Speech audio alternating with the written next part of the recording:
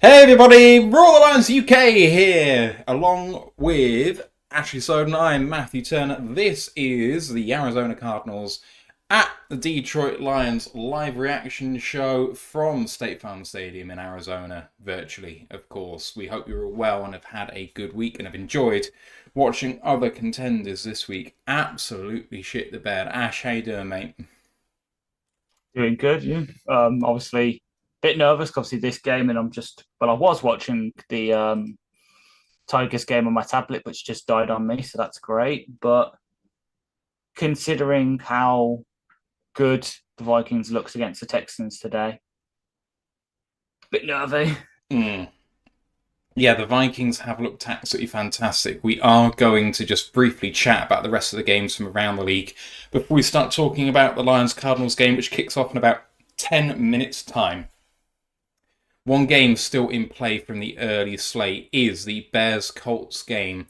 The Chicago Bears have taken their final time out, but it's first down and 10. That should mean that the Colts should kneel that out, which means a win for the Colts, and the Bears fall to 1 and 2. That's a 21-16 game. Did you see that at all?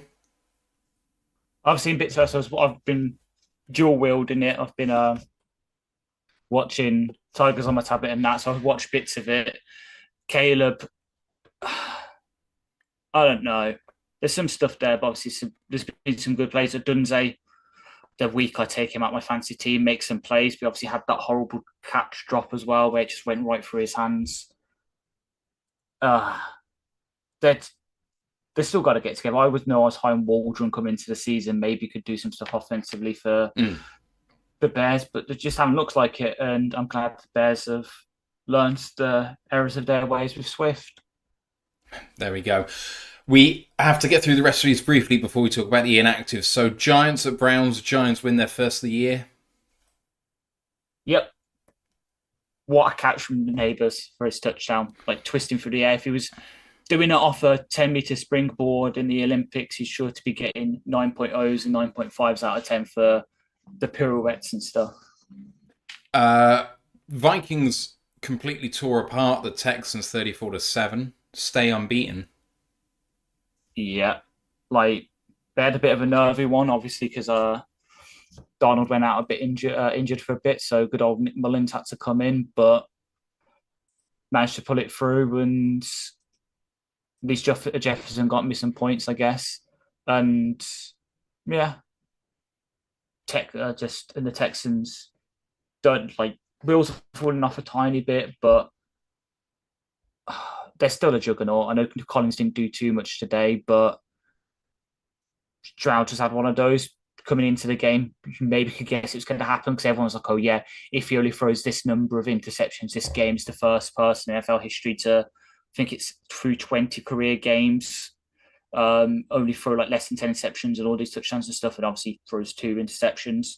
So you knew it was kind of going to happen. Media jinx and all that, as you know, I believe it, you don't, but Yeah. yeah. Eagles beat the Saints 15-12, and Eagles scored all of their points in the fourth quarter. Why didn't they feed Saquon Barkley earlier? Yeah. I'm asking as a fantasy owner in both my leagues, a fan of Saquon Barkley, feed the beast as the Tigers pull it out 4-3. Right now, So we're in the final wildcard spot. amazing. Packers over the Titans. Malik Willis gets one over his old team. I can hear Prada Detroit's Ryan being vindicated right now. Mm. He looked damn good under Matt LaFleur. Like Yeah, he did. maybe Maybe they Jordan got Love. something. Exactly, yeah. Chargers lose to the Steelers, who ground out another one and a 3-0. Yeah, obviously Herbert went out injured. Heineke had to come in, and just feels, as much as I hate to say it, looks good. He Yeah. looks good. I bet the Bears are kicking themselves right now. And the good thing for the Chargers, though, is obviously Quentin Johnson finally worked out to be a receiver again. Kind of saw a few flashes of TCU Q instead of NFL Q, who was just been dire, Mm. to be honest. And finally, Broncos beat the Bucks 26-7 for their first win of the year. Might make last week, look a bit worse. But at the same time, it's good news means we're still in it. They're 2-1 now. We can be 2-1. Makes the playoff race a bit easier, but it happens any given Sunday and all that. Yeah. The Bucks are still good. Broncos can get there. Knicks looked a bit better this week, which is always good news for them. But so it's still early in the season. Yeah. All right, let's talk about the inactives for Detroit in this game. On the offense, out for this game is Giovanni Manu and Colby Sorsdal, both tackles, rookie-ish tackles, and Isaiah Williams, a wide receiver, didn't quite get back in time. Then the linebackers and outside linebackers, James Houston and Alex Anzalone, are both out. Corner Ennis Rakestraw has not recovered, and safety Fati Melifonwu, the safety, is also out. The final two were confirmed before today, but the last few, especially Alex Anzalone, Ash, that's going to hurt. It really is because, as we all know, we're going up against Kyler Murray, who is one of the best mobile QBs in the game. So having AA patrol in the middle would have been very useful because he's got that sideline to sideline range. We will probably need a bit to keep up with Kyler, but means more reps for Malcolm, which I know Ant will love. Means probably a few more reps for Ben Neiman and Trevor Nowaske potentially on early downs, and then bringing JRM in on third downs for about 80% of what Anzalone offers in coverage. Also means Derek Barnes, you're going to be playing all three linebacker spots, it seems. Won't be surprised to see him at Mike, Will, and Sam, depending on situation.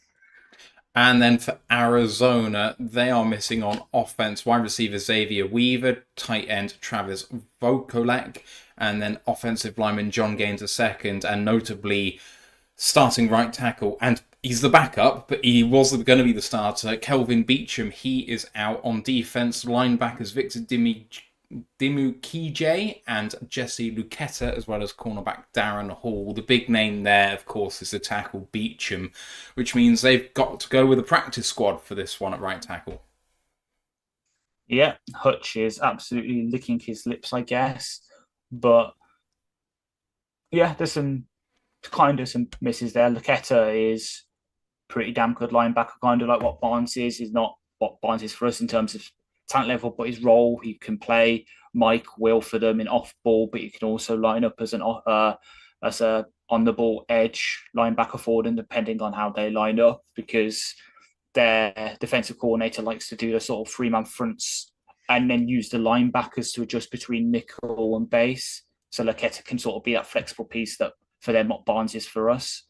But yeah, just them missing offensive linemen's going to hurt them a lot because Hutch is on a tear. Davenport's back now, so the other end pass rushing rise will be a bit better, and that means more Levi through the middle as well. Yeah, it's got to be another one that Hutch has got to take over, really. If he doesn't, then I think we're going to struggle in this game, just because I don't know what that coverage is going to be like.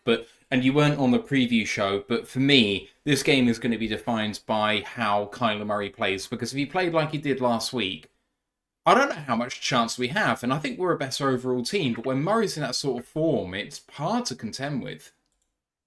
Yeah, 100%. And I've got to listen to most of the previous show. Unfortunately, listen to most of it because this week has just been hectic for me. But I did listen to also the Pride of Detroit one, and Nathan made a very valid point that we've struggled against Russian QBs this regime. The old regime, not so much, which is perhaps why when we played them in those times, we did a lot better. But now, the difference between a couple of years ago and now is that we have most of the personnel still. If we had AA, it'd be a lot more easier, in my opinion. I'd probably be a lot more confident. But I feel like we have the linebackers now to deal with it. We have the D-line to deal with it. I don't know how many people saw it, but I think PFF ranked us the second D-line in the league now, which is just insane to think about where we were even 12 months ago with this defensive line, worried about the other edge spot, who's going to line up next to Aleem. Now we've technically got the second best defensive line in the league. Is mad. So long as we don't get too over eager in the pass rush, giving him space to run into, we should be okay, because he has to kind of, he's got the height. Sometimes he has to jump into his passes to get them over his offensive lineman, which will hopefully help our secondary players. Just rolling through the opponent's starters there. I'm just going to roll through the Lions starters as well. Goff, obviously, at quarterback. Starting running back is going to be David Montgomery. Wide receiver, St. Brown, Williams, Raymond, and Sam Laporta at tight end. We'll see about Raymond. It could obviously be Tim Patrick or the elevated Alan Robinson. Then the front five, Decker, Glasgow, Ragnow, Zeitler, and Sewell. On defence, it's all change, at least in part. Hutchinson, McNeil, Reeder, and Davenport comes back in at edge. 3 linebackers in base, Campbell, Rodriguez, and Barnes. And then the back 4, Davis, Branch, Joseph, and Terry and Arnold. As the kick is about to come up, thank you to Cool Down Rat for subscribing with Prime, their 25th month. Thank you, brother. Appreciate that. And here goes the kickoff. The Lions are going to be getting the ball. And this one is into the end zone. It's come off the posts and back into the field of play, but that is a touchback.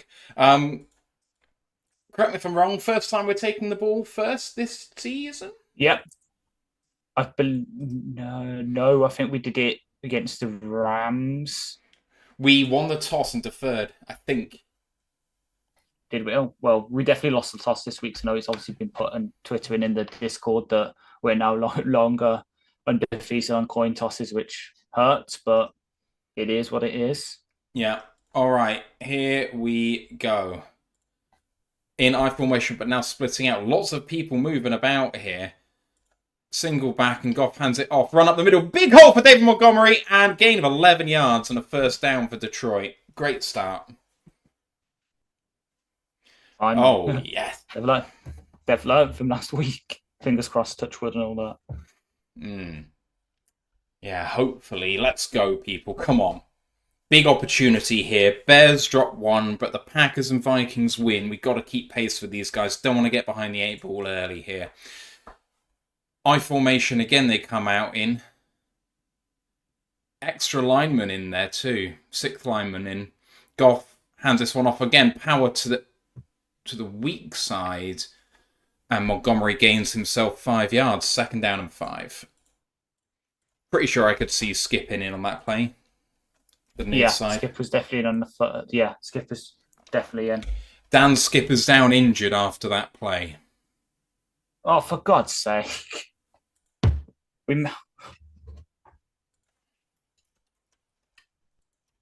Oh, that's not a great start. Oh, Skip, man. It was his birthday yesterday as well. Come on. It's AA's birthday today.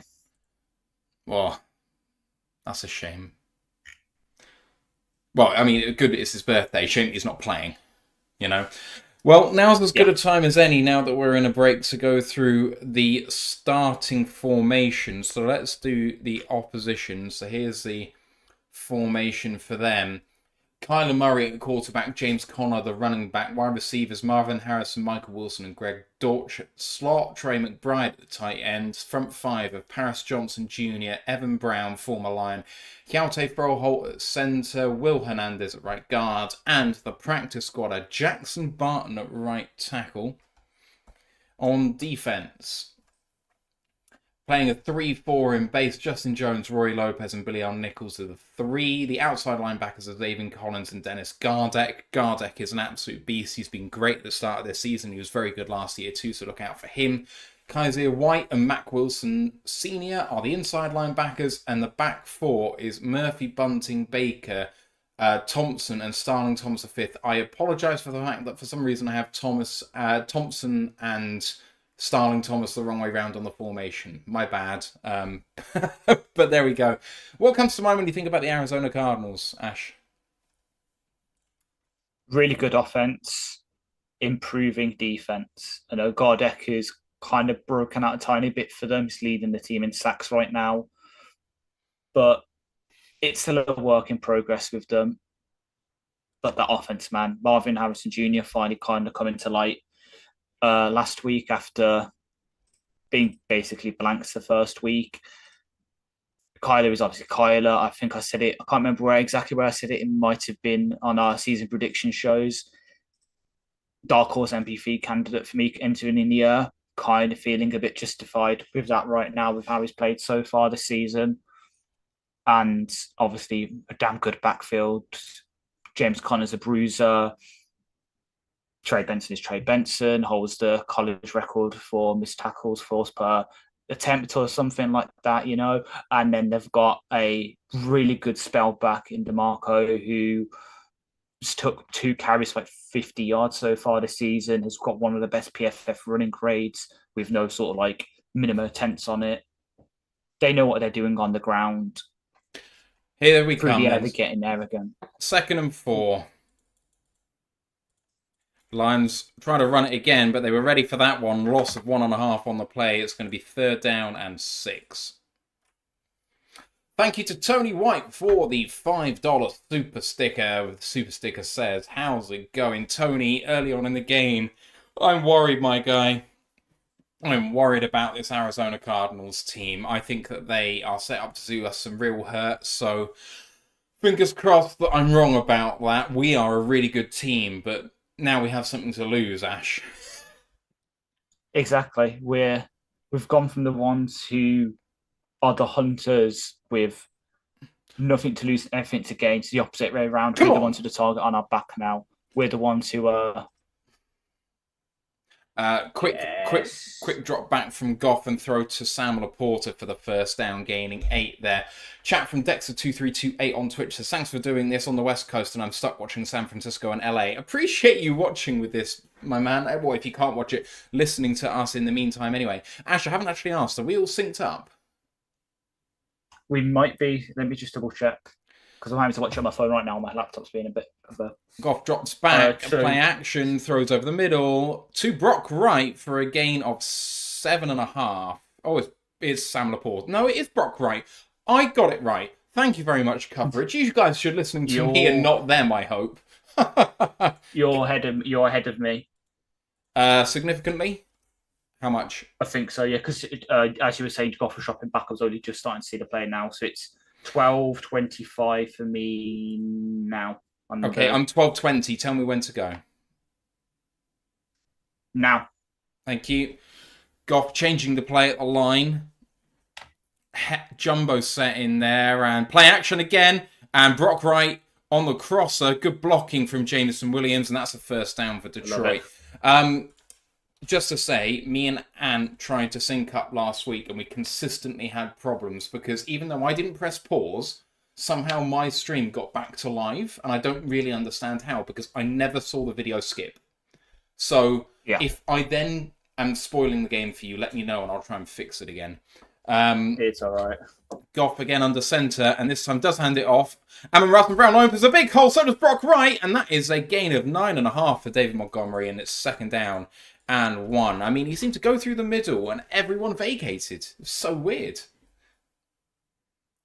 Yeah, I think it's because we had the motions. It kind of drew them horizontally. Yeah. Looked like we were going east-west, and suddenly he was going north-south. Yeah, it seems like a kind of simple counter. So everyone was sliding left. He follows it and then cuts back in the hole created on the right. As we're now in the red zone. Goff, toss play to the left. Plenty of room up there. Good handoff. David Montgomery, turning the legs. And he's about a half-yard shy, I think. He is cooled down at the half-yard line. I thought he looked short. Oh, he's so close. Come on, people. I think that's another great block from Jamie on the outside to sort of seal the edge and have to give Monty the hole to go through. This drive has taken 4.5 minutes off the clock, and we've had 1 3rd down. Let's have a look and see whether Monty got there. Lots of defenders. Was he sitting on a leg there? He might have been. He might have been in, but we're going to go on 1st down and goal from the half-yard line. Goff hands it off to Monty, who finds the room. Touchdown, Detroit Lions! There we go. The Lions with a touchdown. David Montgomery owning that entire drive. Why this guy has taken out the game, I do not know, because he seems to win every time he's on the field. I know we've got Gibbs. I know, and he's amazing. But my words, he's good. And I know it's to make sure we've got him at the end of the game too. I know that as well. Exactly. But what happens if we just put the game out of reach to begin with? Exactly. I get the way they're doing it, as you say. It's kind of like Monty has the first. He's like the opener and the closer, and Gibbs is in the middle. We should mix it in more, but Jake Bates for the extra point is good. It looked like he sliced it a little bit and went a bit wide right, but it did go through, and the Lions are up 7 points to nothing. love it. As I realise that my scoreboard is round the wrong way, which is not ideal. Just change that round.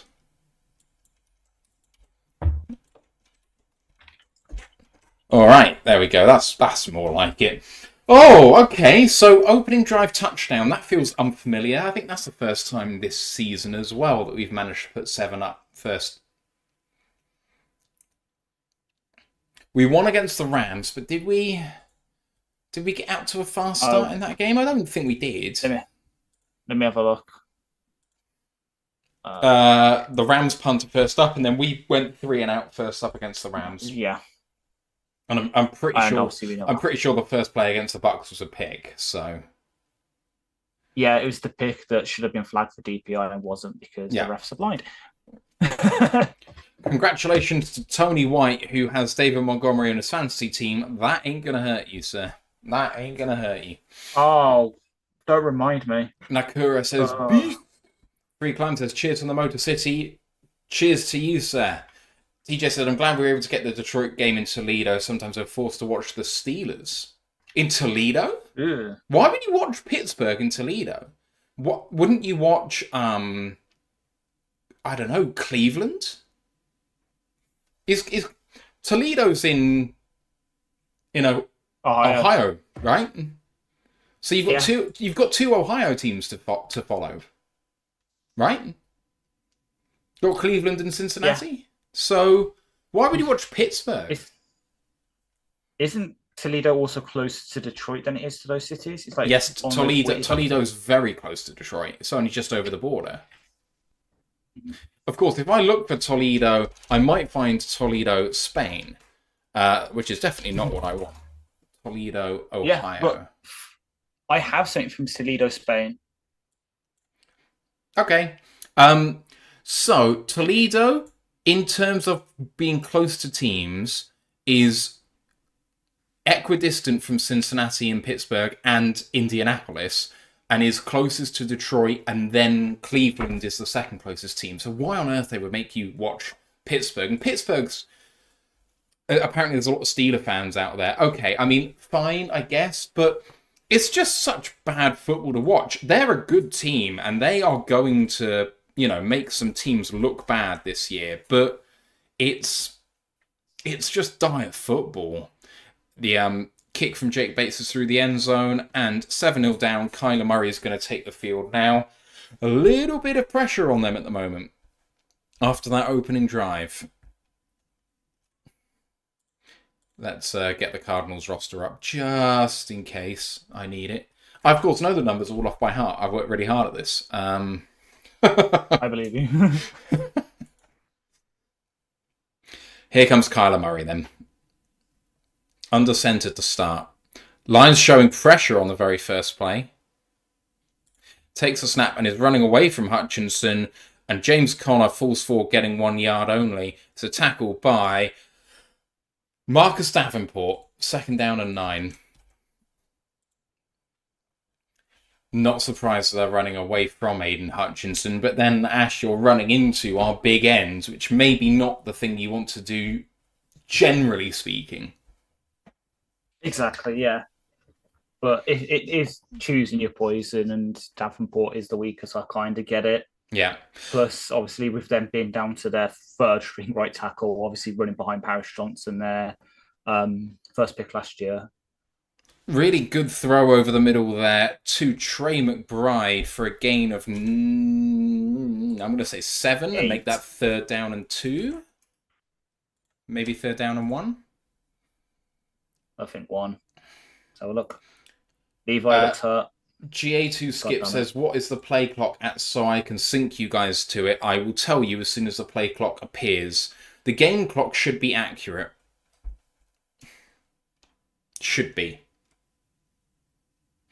Big Area says Michigan and Ohio went to war over Toledo. Michigan won because we got the UP.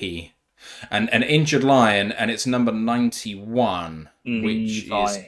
Oh, no, no, no, no.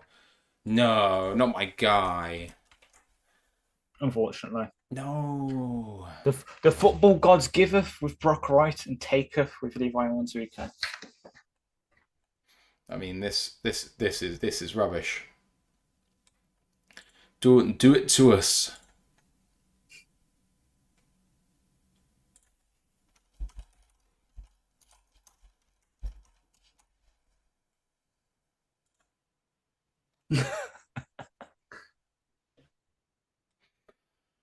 Okay. 2 injuries already. Not ideal. Comments from the chat. Mike Marine says it's all about TV money. Free Climber says it's always smart to run away from Hutchinson. Tony White said Michigan, Ohio War of 1835. Ohio wanted the Toledo part. Ohio got the port to Lake Erie. And Adostel said Levi might be hurt is a huge deal. I mean, in theory, Levi is not a starting player. And we should be fine without him. But he's the sort of extra player in there, and given how good he's been looking so far, it's that extra player you can rotate in and not really lose anything that is so valuable in a championship team, and not having that could really hurt.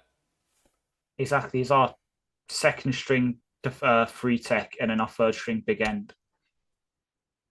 Just means more reps for Wingo, though. That ain't going to be a bad thing. Wingo's looks okay so far. Mm-hmm.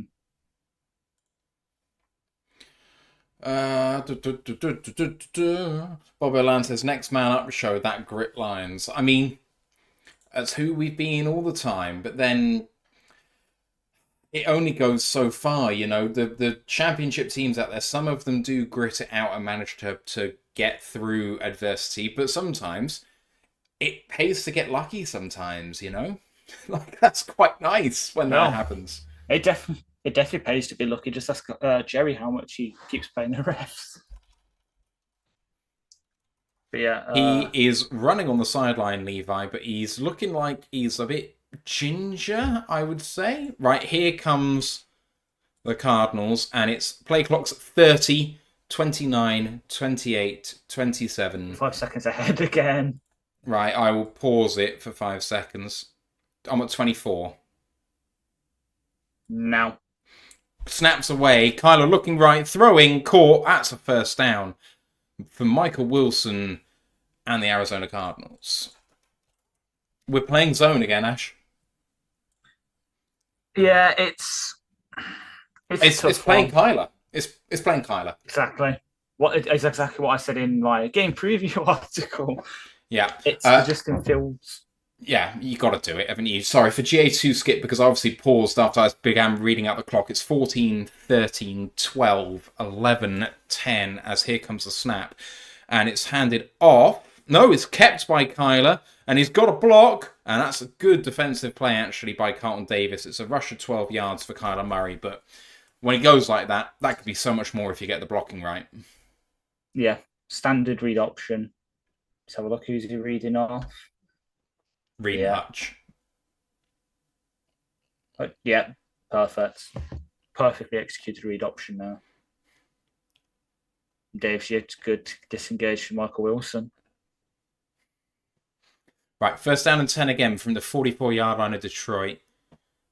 Murray in shotgun this time. And fakes the handoff, looking like it's going to go deep. But got plenty of time. Good blocking up there, actually, by the Cards. And a good throw and catch. Marvin Harrison Jr. against Terry and Arnold. First down again after a gain of about 14 or so. And the Cardinals' offensive line doing great work there, Ash. Yeah. Ryman did a really good job there, sort of chipping Hutch, throwing him down and sort of... It didn't just chip him, he fully blocked him until they got help over there, and then he released. It was really good. And I mean, Terry and Arnold got burned by Marvin Harrison there. Right, first down and 10 from the 28. Here goes Cards again, and this time they do run it up the middle. Big hole there. Gain of 6. Second down and 4. There is a flag on the play.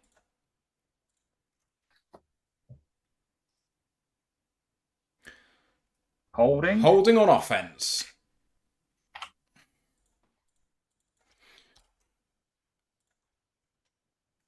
Well, Hernandez, the former Giant. What a shame. Mm-hmm.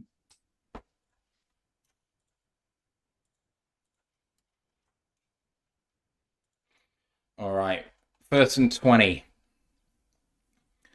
From the 38-yard line. Kyler an empty this time. 4 wide, 1 tight end. Kyler gets the snap, looking for a quick throw, trying to go down the field. Now pulls it, asking for a flag is Derek Barnes, but doesn't get it. And Kyler's going to go all the way for a first down. And Kyler's gone straight into the leg of a Lions DB when he's sliding. Oh, that didn't. Terry and Arnold. That looked awful for Terrian. Yeah. Have a look at Derek Barnes from the wide 9 here. Mm-hmm. He's being held to high hell. And then let's have a look at Terrian here. Oh, knee. Oh. Yeah, he's clutching his knee. Gee, oh, for fuck's sake. Right.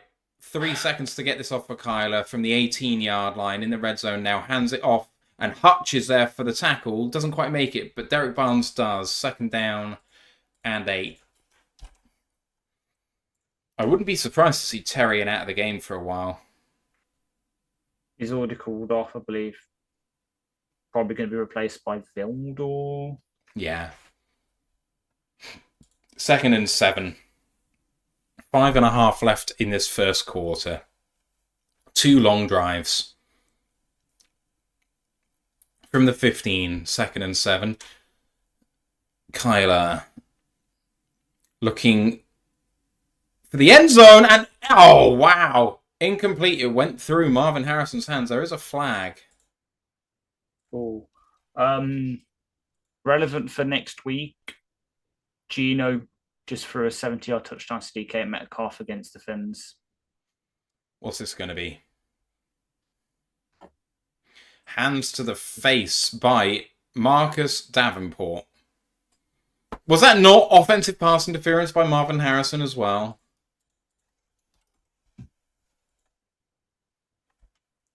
You can hear the booing. You can hear the booing for the penalty call. And we're in Arizona. Let's have a look at this. Davenport. That he hasn't got hands on his face. It's here. Unbelievable call. From the 10-yard line now. Kyler fakes it and throws to the back of the end zone. Touchdown Marvin Harrison Jr. Should be a flag on that play, but there won't be. There won't be.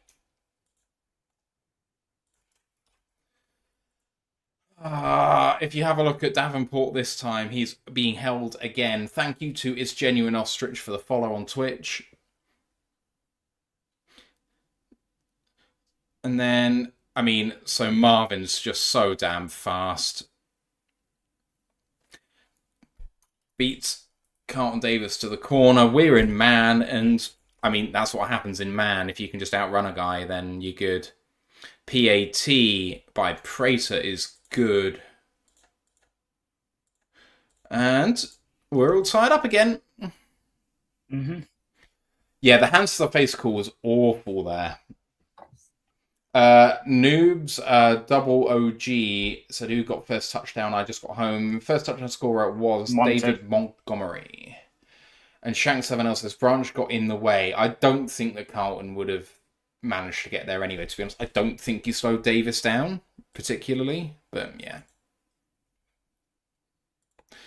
I mean, you either call them or you don't. And, I mean, at least the referees are consistent, at least just with Detroit, in not calling everything they should.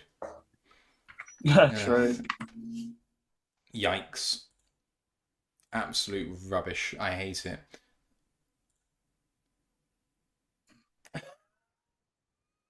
You've seen the message as well, haven't you?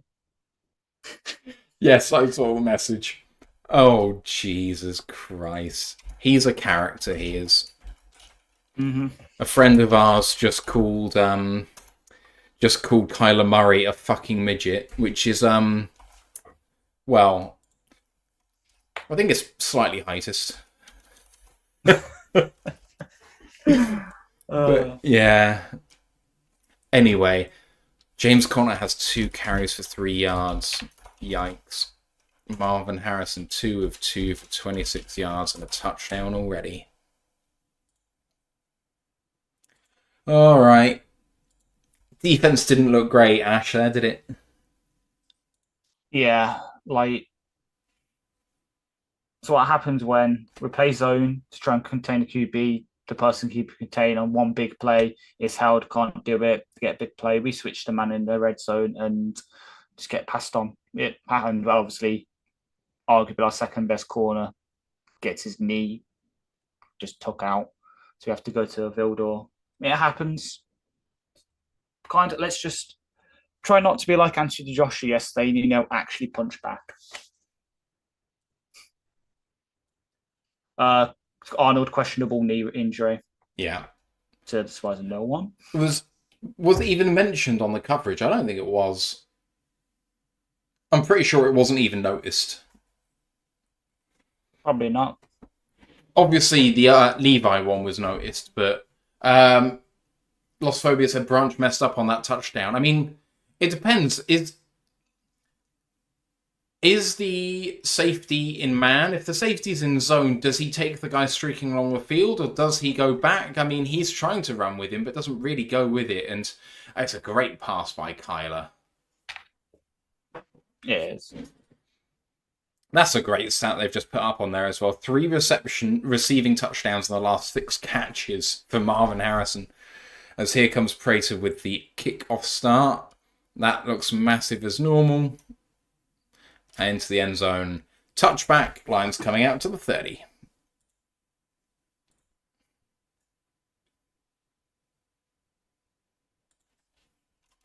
All the same, please.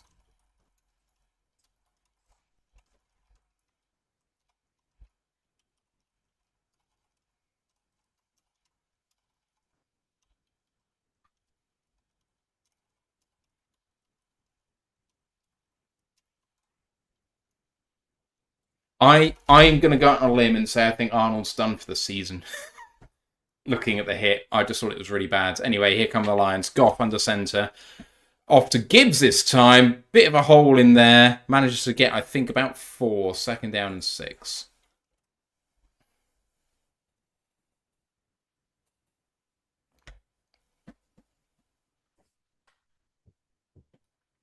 Do you have any money on any of these at all? No, I mean, I can't. I try not to sports bet. I get too much into it and lose all my dollar. Fair. 7-7 game. 4:30 to go in this first quarter. 2nd and 6. Gibbs still in the game. Goff fakes it to Gibbs and looking over the middle, caught by Brock Wright again. Gain of 5. 3rd down and 1. And Brock Wright being featured heavily in these first 2 drives, Ash. I think that's his 3rd catch. Yeah. He always seems to show up in one particular game. Maybe this is his kind of game. It's a bit early in the season for him. Usually it's around like week 13, 14, isn't it? But Laporta's still not a big part of the game plan. yeah. That must be what it is. But they're starting to feature the other guy. 3rd down and 1. Chance for the Cardinals to get off the field here. Goff under center. Right in motion. And handed off to Gibbs, who gets himself 3 yards and a Lions 1st down. Running power right with a puller, which I think was Brock Wright to lead the way. Yeah. And a reasonable hole there, but he went down like a sack of shit there, Gibbs. Unfortunately, it was a big hit.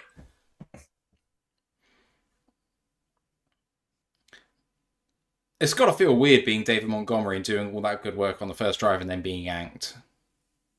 Yeah. I'm sure the team has some way of pacifying him though. Yeah.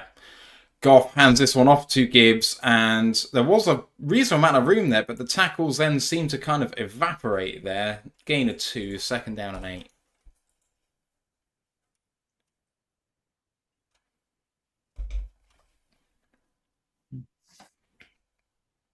They do a good job in that State Farm Stadium of hyping up the crowd a little bit, and they need to because, there's a lot of Lions fans in there. Second down and 8. We travel well.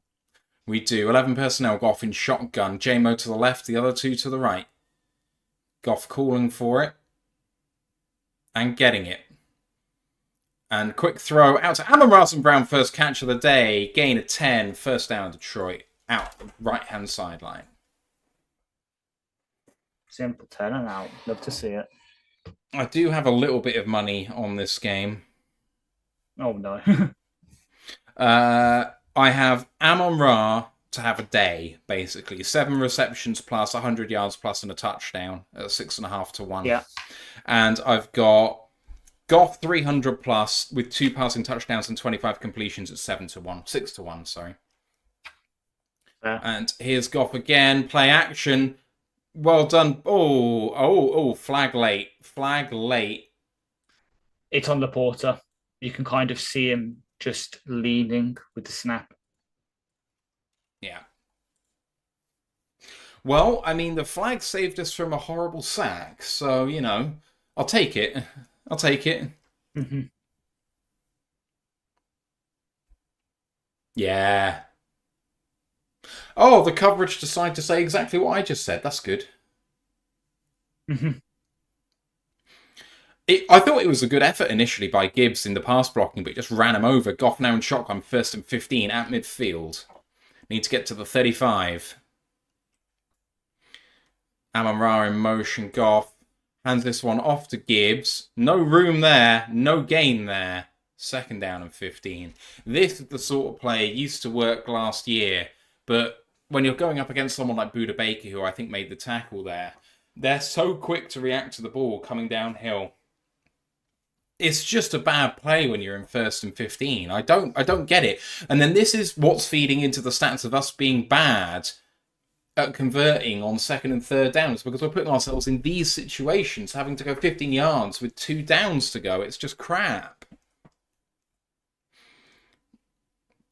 Goff in empty on 2nd and 15, and they bring pressure. Good throw to Amon-Ra, and he goes for 20. First down, Detroit. I like us going empty when we do that. Yeah. It's about doing it tactically. Like, I know, can't remember who put it in our Discord earlier, but I didn't want to see empty unless it's 3rd down. I want it on 2nd downs. Because 3rd down, I want like Gibbs or Monty in the backfield to be an extra pass blocker if we need them to, and then like check and release. Yeah. At the 30, quick snap by Goff and handed off to Gibbs. We've got a bit more room this time, but maybe only 3 yards, 2nd down and 7. Where Monty was succeeding, Gibbs at the moment is not, and it's not looking great. But that is going to be, I think, the last play of quarter number 1. And so I just quickly need to update my stats here. That is the end of the first quarter. Right. Okay. Right, so here is your scoreboard at the end of quarter number 1. 7-7 ball game. Detroit driving almost in the red zone now. Goff 6 of 6 for 66. All the 6s. David Montgomery leading the team on the ground. 6 carries for 39 yards and a score. And Amon-Ra St. Brown 2 of 2 for 31. Kyler Murray 4 of 4 for 38 yards and a touchdown passing. And 2 carries for 34 yards on the ground. James Conner leads the team on the ground. Non-quarterback play, 2 carries for 3 yards. Marvin Harrison Jr. through the air, 2 of 2 for 26 and a touchdown. Ash, your thoughts on the first quarter thus far? Hasn't been perfect, but there's stuff to be encouraged from, especially based on last week. But there's improvement there. Obviously, now we're in a 2nd and 7. We can't let ourselves get into 3rd and longs. I know I put it in the Discord earlier. We're just not good at them, especially last week again in this kind of area. But it's not all hope lost. hopefully Arnold, the big one's obviously Arnold. Hopefully he's okay and he isn't out for the season like you predicted, because otherwise, well, we saw what happened last year. One injury, slowly, I start adding up, and before you know it, you're starting Kindle Vildor and Khalil Dorsey, just starting cornerbacks against really good receivers. Cause got to bear in mind, next week, DK Metcalf, Tyler Lockett. Luckily, we got the bye, but then it's CD Lamb, Nico Collins, Tank Dell, all these big, good receivers coming up. We need our secondary fit and firing and good. Yeah, we really, really do. It's gonna be big. Nakura says, "Damn, Terry and Arnold knee questionable." I mean, I'd downgrade him to out right now. Let's not risk anything here. There's no need. You say when Colton Pounce has spotted him doing some light sprints and high knees on the sideline. So okay, that's promising. That's promising. Ay. Mike says, I understand the NFL doesn't want the quarterback to get hurt, but offensive holding isn't being called. It needs to be called when it's egregious, and it's not being. Yeah. The rule is fairly clear. If you've got your hands outside of the jerseys here, if you've got them out here extended where you can see the jersey being tugged or pulled, it's a hold. All right. The big positive for me so far in this quarter is Jared Goff has looked more like himself so far. 6 for 6 for 66. Taking the easy throws, making quick decisions, having good completions.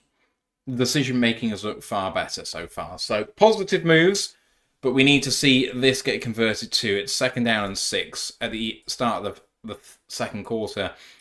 Gibbs going east to west and getting himself about 4 yards there for 3rd down and 2.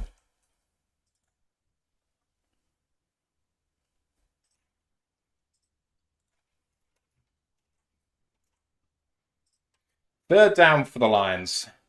Tepper says, what do you guys think? Has Gibbs lost a step compared to last year, or is it just bad play calling? Frankly, I think that they know that they want to make sure that he can't run, so he's facing stacked boxes. I think there was a stat out there that Monty was facing less stacked boxes than Gibbs. They're just scared of him, and so far it's working for me. But anyway, 3rd down and 2. From the 23, need to get to the 20, so it's a long 2. Goff hands it off. And Gibbs with a big one all the way down to the 8-yard line. 1st down, Detroit. What a run that was. And Ash, I think that proved the point. Yeah. And again, great block by JMO as well. Like, this dude, 70+ run blocking grade already. Like, we've just got to wait now. We've people in our Discord know we need JMO to hit a 75-yard touchdown today for a certain person to go to London in a very nice jersey. 1st down and 9. From the 9. Goff under centre. Bunch receivers to the right. And Gibbs runs behind them. Good hole there. Gains about 5 before he goes down. 2nd down and goal from the 4. That particular person has had their jersey cancelled by Fanatics. They've pulled all of the black jerseys. No more black jerseys are for sale. I bloody wonder why. Yeah, I know, considering what's happened in our WhatsApp group about it. I think that's what's done it, to be honest. It's just a few people saying I'm not accepting it. So, 2nd down and goal. From the 4. From the 5. Goff under centre again. Another bunch formation to the right. And handed off again. And this time he runs into the defender. And that's no gain. 3rd down and goal from the 5. It looked perfect there to run play action at the same look. It's exactly the same formation as the previous play.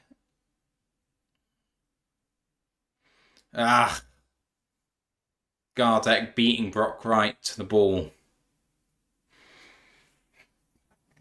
3rd down and goal. From shotgun. 2 receivers to the left and Tim Patrick to the right. Goff looking over the middle. And a run touchdown, Detroit Lions! Let's go! Oh! Yeah, baby. What a celebration as well. That is a celebration. That is your winning celebration of the day for me right now. That's great. I love it. A nice pivot route, and he dives for the line. He doesn't get his knee down by mistake. Sometimes You can get caught going down with your knee trying to extend. He keeps them up. Great play by Amon-Ra. That's going to stand. That's a touchdown, Detroit. And here comes Jake Bates with the PAT from the left hash. Snap's good. Hold is good. That is a miss. Wide right. I did say I thought he sliced I said I thought he sliced the first one, and he's done it again there. That is less than ideal by Detroit's new kicker. It's been perfect so far, but not there. Yeah. Here's a fun one for the chat. Who in the chat understands the reference Amon-Ra's making of his touchdown celebration? No one, man. He's referencing Kaisanat, another streamer, so everyone knows the Texans one, who obviously read out a draft pick in Detroit. That's a reference to Kaisanat, who's another really big streamer. I see. If you know Speed, kind of like the American older version of Speed. So my 11-2 bet of Amon-Ra having a day has Amon-Ra having the touchdown. So I just need him to get 100 yards and 7 receptions. And he's got 36 yards and 3 receptions. So can just get another 64 yards for him through the rest of the game, and I'll be very fucking happy. Mm-hmm. Oh, let's have a look at the games that are active at the moment in the rest of the league. The Miami Dolphins are down 17-3 against Seattle with 9 minutes left in the first half. And the Carolina Panthers are leading the Las Vegas Raiders on the road 14-7 with 5 minutes to go in half number 1. Vegas have the ball, but at their own 25. Ash, what a turn up for the books that would be if Carolina could pull that out, because Vegas have looked okay so far. I mean, yeah, they beat the Ravens last week, which made my coach at American football very happy. But yeah, who knows? Maybe Bryce Young was the problem in Carolina. And he'll be next Geno Smith. As I tried to watch the PAT back. I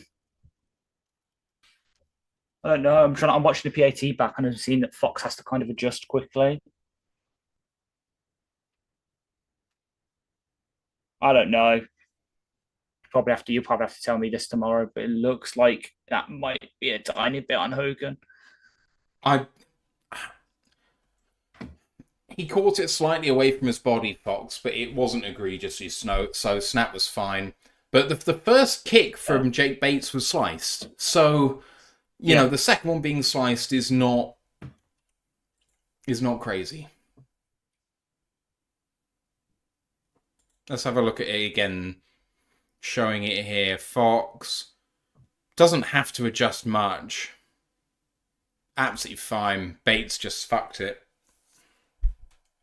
He overthinks the small kicks. Yeah. Free Climb says he has no idea what the touchdown celebration was about, by the way. So as I say, it was referencing a Twitch streamer called Kaisanat, kind of. It's one of the things he does. It's one of those like weird, like, woof, woof kind of streamers just randomly doing that and stuff. So it's trolling with that. I see. But damn it, Bates. After I bloody spoke you up in my preview article, being like, oh yeah, we could see finally some stability against the old guard, and he goes and does that. Disappointing. Right. First down and 10 from the 30 then. 13-7 ball game. Murray under center, probably goes play action here. He has gone play action. Really good takeout. And Murray's got room to run, but scampers out of bounds after a gain of 2.5. Second down and 7. What a play from the puller to completely chop the edge player down there. That was quite impressive. Oh, clock stops. Is there an injured lion?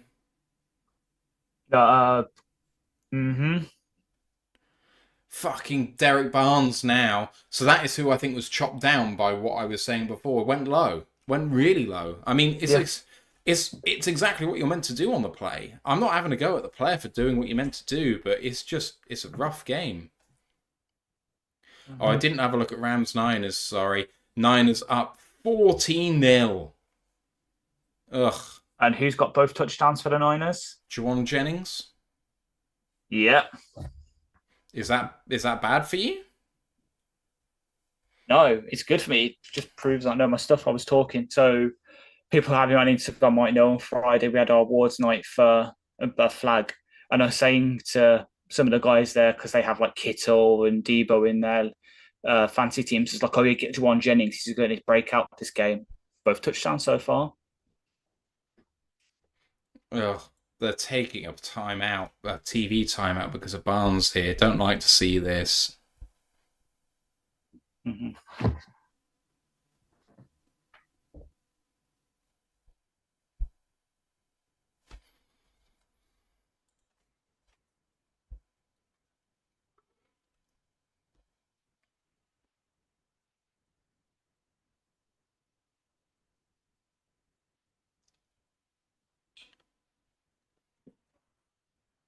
Really don't want to have all these injuries. I mean, three so far in the first 18 minutes of this game. Mm-hmm. If Barnes goes out, then that means that Malcolm Rodriguez becomes an every down player. Pretty much. You've got Ben Neiman who can relieve either one of Jack or Malcolm, because I'm guessing either one of those can fill in at will. So you put Ben in at Mike for either one, and then Jalen Rees-Maybin comes in not only as the coverage third down guy, but maybe if you need a Sam linebacker, he can maybe be that as well. I don't like too it. Light for me. It's too light for me. If I know it's what we did with him last year and it didn't work. You would use Jack Campbell there. I would use Jack Campbell there, which it's not an ideal situation. I agree. But currently, given who we have currently on the roster, it's the best option we have because JRM is, I want to say he's like 235. He's not even 235, he's 226 pounds. Yeah. Him going up against Paris Johnson, who is 313. Even Barton, who was saying starting at right tackle, he's 302, giving up 80 pounds. I mean, as opposed to giving up 65 pounds or 60 pounds, it's still a massive advantage to the tackle if you're talking about power. 50, yeah. Jack's 50, 250. Carlton Wood says Nowaski is playing. Nowaski is active. He is 237. Right, here comes the Cardinals. Murray hands it off to Connor, runs aggressively, keeps the legs churning, Lions hold him up, and they'll play his whistle dead after a gain of 4 for third down and 4.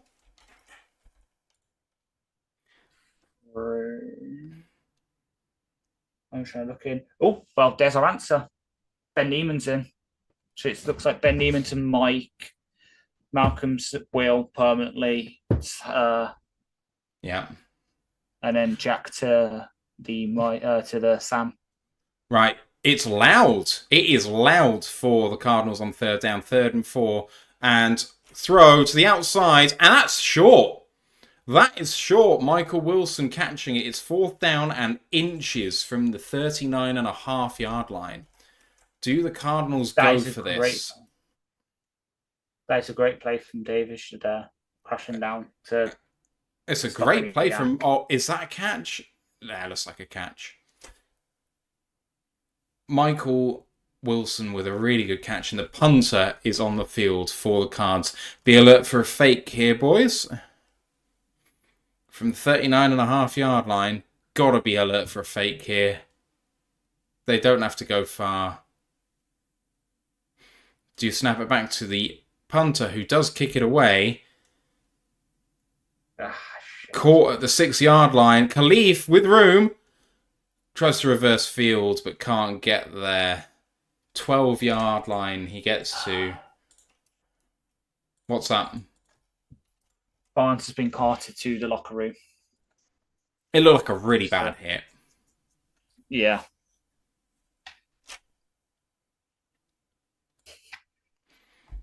People saying in our Discord, the fact, or in Luke G's Discord, the fact that Kindle Vildor is in is concerning. And it's like, is it? Or is it that Vildor's just better than you think he is? Levi is back in, according to Carlton. Yeah, he was back in for the first play of this drive after Barnes went out. But brain, everyone's down on Vildor because of two plays, one of which wasn't his fault, which was both were none of his fault. CD Lamb touchdown, Monty back in, and and then he breaks obviously, away and gets himself about 7.5 yards for second down and 3. Sorry, Ash. wait, yeah, it's the CD Lamb, and then obviously the infamous Brandon Ayuk play. Yeah. It's two plays. Like you can go back and find like Terry Arnold this season's had technically 3 bad plays with the DPI flags. Yeah. I mean, the thing is, what happens when Arnold goes down, Rakestraw goes down, Mosley goes down? You're going to be down to cornerback 5 starting. Goff play action, looking deep down the middle, then decides to go to check down for Brock Wright for his 4th catch of the day, and that's a Lions first down. Goff was looking to uncork that deep and decided better of it, Ash. Which is good. If they're giving you an easy 9 yards in the first down, do it. So long as you're throwing beyond the sticks most of the time, I'm happy. Don't care if it's literally just throwing 10 yards, 10 yards, 10 yards, 10 yards, or run for 4, throw for 7. So long as we're constantly moving the sticks. Hand off to Monty, hitting the backfield, managed to stay up and gets back to the line of scrimmage, second down and 10. He was hit about 2 yards deep. Nakura said there are still some vet CB free agents out there if desperate. I don't think they are. I think they're happy. I think they're fine. I think the team think they're okay with where they're at. Yeah. Jonathan Foster, a chatter I've not acknowledged being in the chat before. If you have been in the chat before, apologies, Jonathan. But Jonathan has said, injuries are killing us right now, but I like what I'm seeing from the play calls this week already. Offense has been so much better in this first half, and there is an injury on the field, and it's Buda Baker. This would be a disastrous injury for the Arizona Cardinals. He recognized the run, came downhill, and just went into his own guys. Just ran into his own men. Mm-hmm. Didn't get anything caught. Seemed to kind of land with a sensitive part of his anatomy on a knee. But, the way he's walking there, that looks more like a kind of hamstringy sort of thing. Yeah. Though... looks okay. If he is, if he's out for a bit, obviously leadership-wise, it's a big hit, but their backup is DDT. He was a 4th-round rookie. Ted. Really good, though. Yeah, sure. But you should be able to take advantage of that. The difference between having a 6-time Pro Bowler and a 4th-round rookie, even if the 4th-round rookie is good, it's a big difference. Yeah. Right, clock starts winding again. Detroit at the 31-yard line, their own 31-yard line after a couple of good plays. Goff in shotgun in 11 personnel and hands it off. Room there for Monty. Gains himself... good second effort. Gains himself 7.5 yards there. It's 3rd down and maybe 2. 3, they're calling it. 3rd down and 3. That was a gutsy call, Ash, because they weren't exactly spread out, those defenders. So to run it out of that formation on 2nd down and 10 was a bit gutsy. Yeah, 100%. Like, there were definitely holes there when I was watching it in the sort of zoomed out cam. You could see it, but just 1 personnel here. Got that success. As long as we got that success rate going, I'm happy. 3rd and 3. Goff with his 3rd chance to convert on 3rd down. Got the first 2.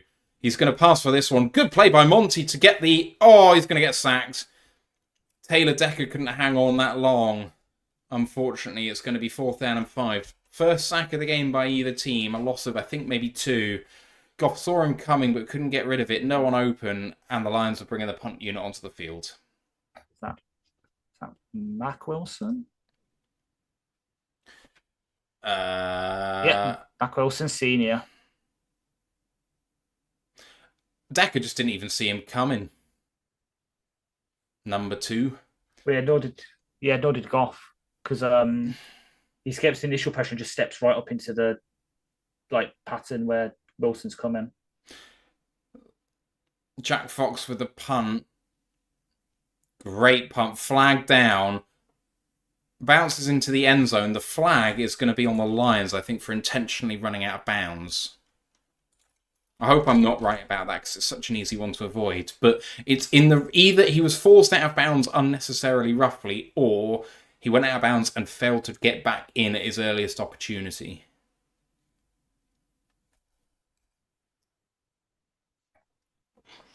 Jonathan says, I actually don't hate eating the sack at all. Goff needed to there. Last week he would have forced it into Laporta. I agree. I completely agree.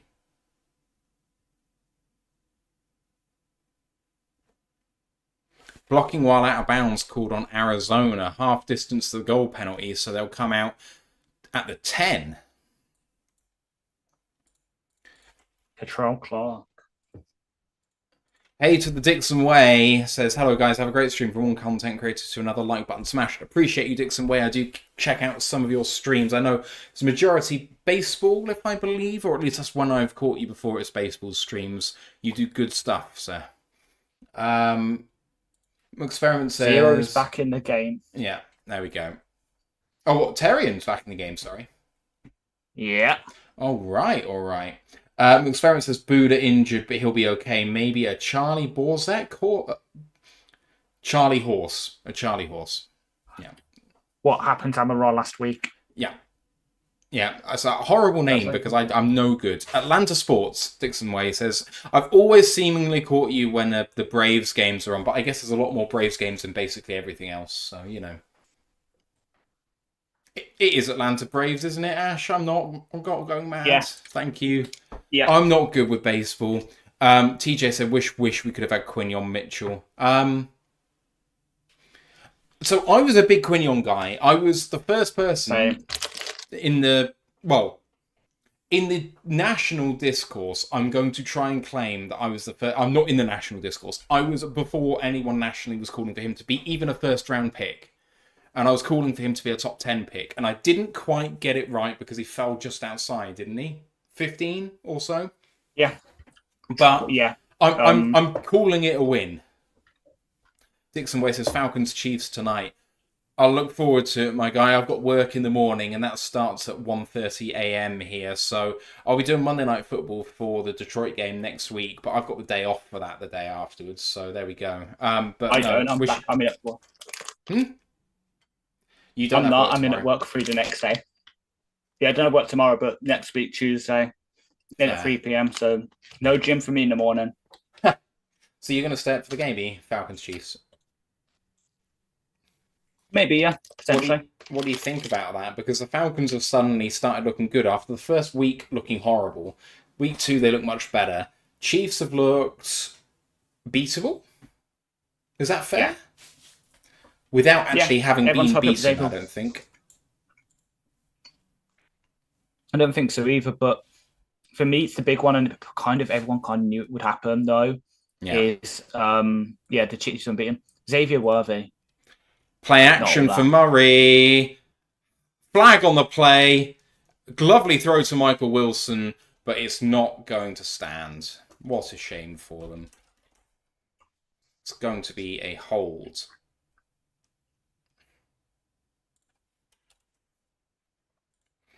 Holding on the tight end, Elijah Higgins. It was as obvious can be, this one. On Brian Branch, just so egregiously bad. And Branch asks for the flag as well. Like, he's calling for it. Freeland says, that would be Tuesday morning football for you guys. Yes, sir. It will be Tuesday morning football next week. I tell you that. 1st and 15, then backed up all the way now to the 5. Higgins is a weird one for me. He's kind of like Zane Shilstra, and he's called a tight end, but he's basically just a big slot. And now handed off. Running play. Bit of room there. Good run, but only a gain of 3 against Jack Campbell. Well done to Jack. 2nd down and 12.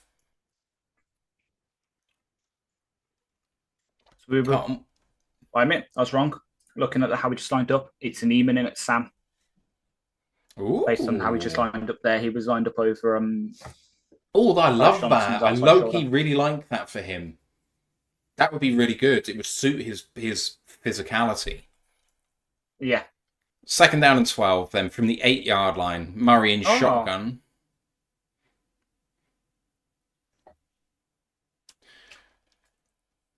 Calling for it now and getting it. Lions blitzing and timing route thrown up. And Terrian, it's DPI again for Terrian Arnold. turn the head around, boss. Turn the head around, boss. He Please. did have the head around that time. Too late. Let's have a look and see what happens here. I think that's offensive pass interference. Call me crazy, but the receiver jumps for the ball, Terrian turns for it, and the receiver jumps into him. I think that's OPI. Yeah. I think that's a bogus that's call. OPI. Well, that's not a fun fact. Terrian Arnold had the most PIs, most flags, and most penalty yards in the league heading into this weekend. Now he's drawing another one.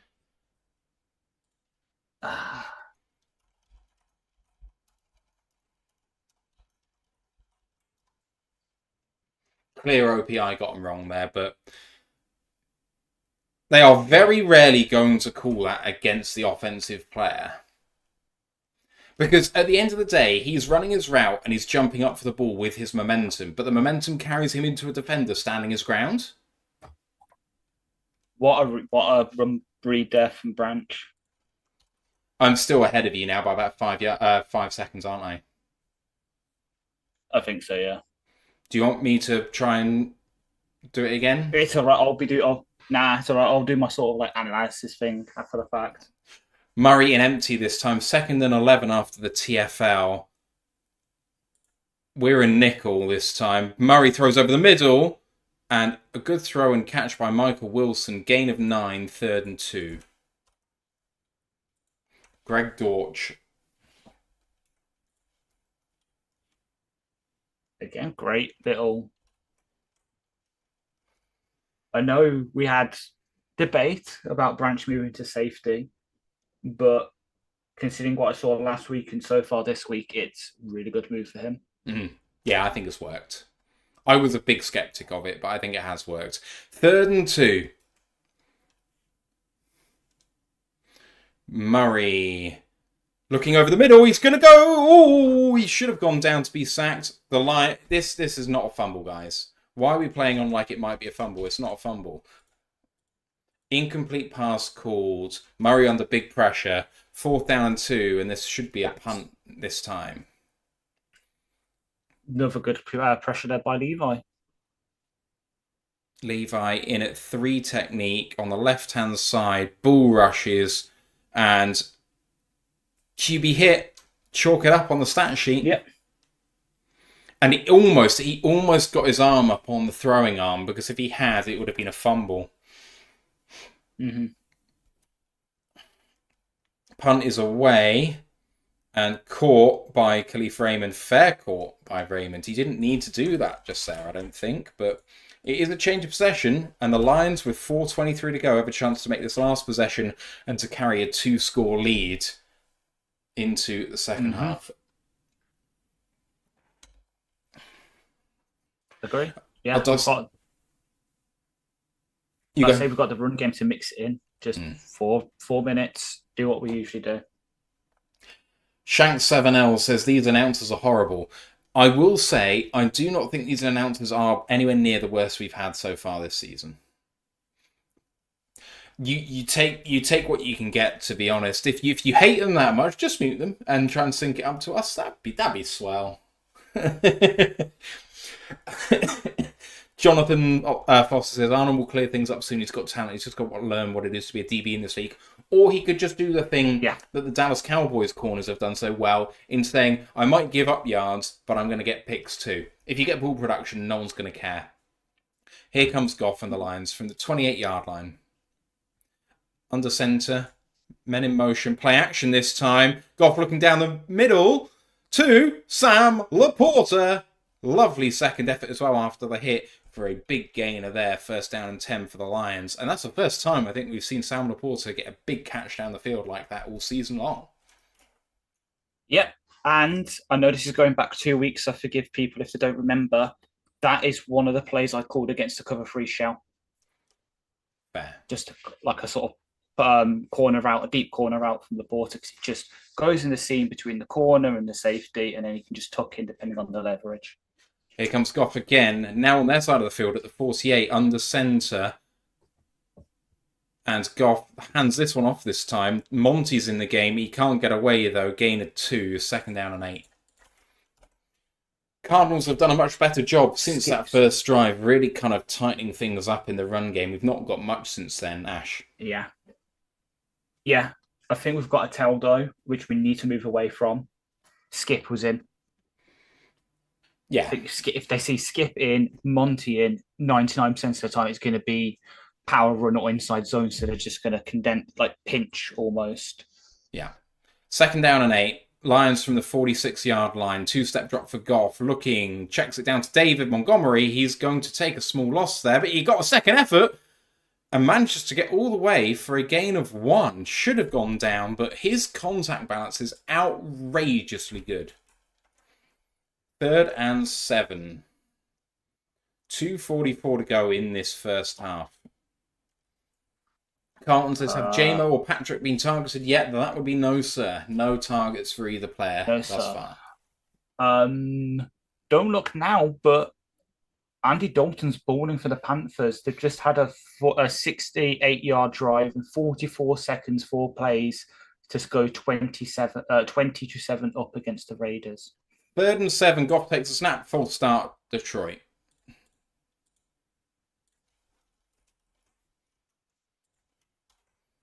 Deck. Oh, yeah. I know. 2:20 has gone on the game clock. I think, with you going back to 25 seconds on a running clock, that might be the last play of the second quarter before the 2-minute warning, if you want it to be.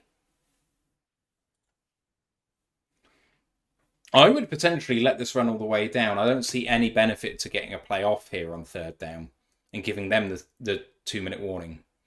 Goff calling for it. Surveying. Does he want it? He does.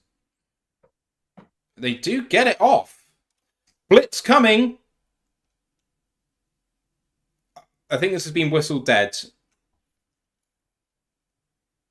They're waving it off. It was called dead before Goff threw it. Goff threw it into the hands of the offensive line of Detroit. The 2-minute warning was called before the snap went. And I did think, I heard the whistles go. I mean, they're going to boo all they like, but I kind of thought they got the playoff, but I did hear the whistles from the referees before the snap definitely got off before 2 minutes. No, it's not debatable. The snap got off. Well, the thing is, Goff heard the whistle before he threw the ball. If the whistles didn't happen for the 2-minute warning, would he have thrown the pick? Is the question which nobody is going to ask, because they're just going to say the Lions got saved there. And that may well be true. We can't tell. But the blitz pickup was indeed poor. I'm going to go for that game. I heard it before. I was about to say on the coverage they'd blown this dead before the play had happened. Of course, the viewers can't see when we're watching things, but we are commentating as it's happening, so, you know. Adosta says that does not make up for all the non-holding calls. Here we go. The National Ad Grade is saying the Cardinals got screwed. Yeah. So, my balls. Without looking, can you guess who Dallas's leading rusher is right now? Dak. No. The small guy. No, he has 1 carry for 1 yard. Deuce Vaughn does. End around guys. I have no idea. Rico Dowell. Nice. 4 carries for 18 yards. Zeke has 2 carries for 4 yards, and Deuce Vaughn has 1 for 1. As the Cowboys are playing really bad at home. Hmm.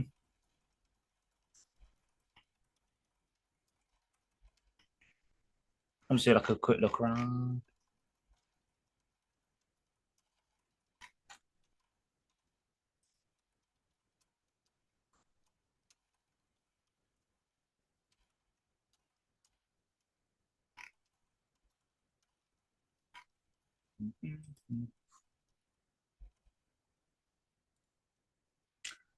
Jeremy agrees with you.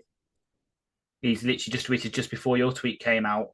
I choose to believe Goff gave up on the play after hearing whistles and the pick six never would have happened. Who said that? Jeremy.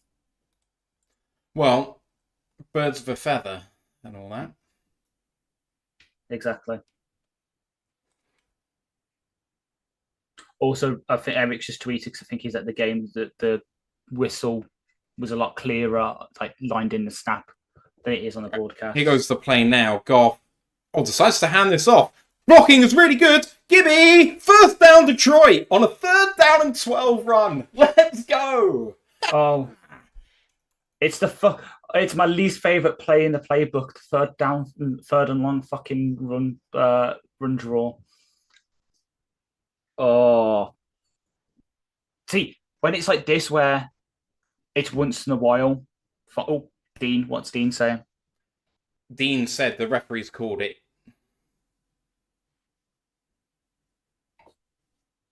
Saying that you can't change anything in replay after the referees have blown the whistle. Goff hands this off to Gibbs, who tries to counter, but then goes back to the sort of power running, and that's going to be a gain of 6 for 2nd down and 4. Lions content to run. Plenty of clock off of this. There's clearly whistles. They just showed it on the replay. Clearly whistles before Goff gets absolutely hammered. There's now less than a minute left to go here. About 53 seconds. 3 timeouts for each team still. 13-7 Detroit. From the 30-yard line. Goff with JMO in motion. Play action. Looking for JMO. There's a man out there for him. But good run by JMO and a good gainer of about 9 yards there for 1st down and 10. His first catch of the game and timeout Detroit. I know who that is. Who tackles JMO? It's my favourite corner from last year's draft class. Garrett Williams out of Syracuse. Yeah.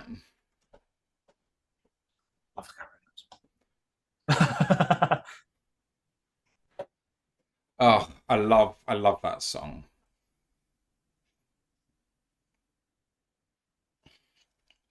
I am a big fan of the band in the studio. Sorry.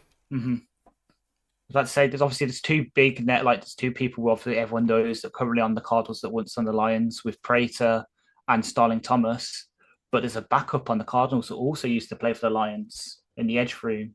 Who is it? Julian Acquira. Yeah. Goff checking down. Oh!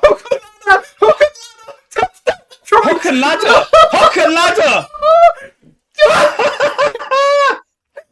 Parcel, I love it! Who pivoted to Joe Gibbs? It's a hook and ladder! What a play! Please. I'm begging you, Next Gen Stats. Can you please? You know how Next Gen Stats do this thingy? Oh, did you see our girl on the coverage? Ab Carring. With her sombrero. Oh, yes! Amanda! Yeah! Oh, I love it. PAT coming. I have to clip it now. I have to clip this. Oh, and the PAT is good. 20-7 Detroit. Oh, I'm messaging you on Insta. Oh my God, I'm messaging you on Insta because we were talking. Oh, is she? I need, you know how Next Gen Stats do their like little dot thingy? I need them to do this because I need to send that to my flag group chat because we need to do that play. It's so fucking good, man. Oh boy. Goff has started 12 for 12. 12 for 12 for 137 and 2 touchdowns. And that's going down as passing yards for Amon-Ra St. Brown. Yeah.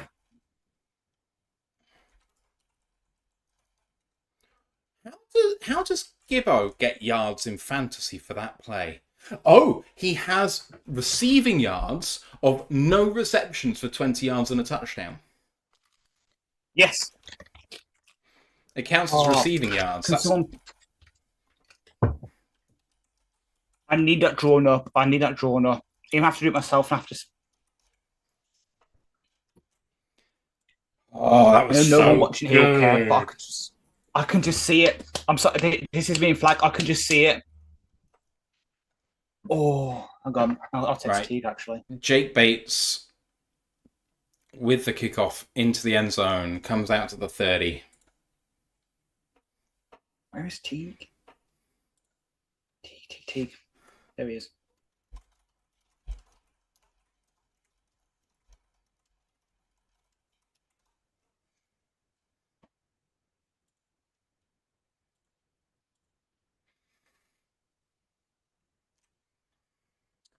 Bren says, no, it doesn't. Ammon didn't pass it. He lateraled it. I know he lateraled it, but if you have a look at ESPN, that's how they've given Gibbs the yards. It's receiving yards of no catches. It's just crazy. Goff has a perfect passer rating, apparently, through the first half. Quick throw by Murray. 9-yard gain. Oh, we've just had a 15-yard penalty on Jalen Reeves-Maybin for a late hit. Bloody hell, man. Come on, man. Yeah. Oh, I'm about to make it even worse for you. I've just seen a tweet that says Sam's being carted to the locker room. Sam Laporta. Yeah. But yeah, Goff has a perfect passer rating. Perfect because he's got perfect completion. He's got more than a touchdown every 8 passes, and his average is more than 10 yards. It's a perfect passer rating. When did Sam get hurt? I don't know, but yeah, I just saw who was it that tweeted it. It was Justin, Nolan, and Kyle have all tweeted it. That's shit. Right, they are at the Detroit 46 with 23 seconds to go and all 3 timeouts, so they could get a touchdown here. Still, Kyler with a quick throw. Good hit there, and timeout taken by them. There's Laporta going off on the cart. And now fucking Aleem.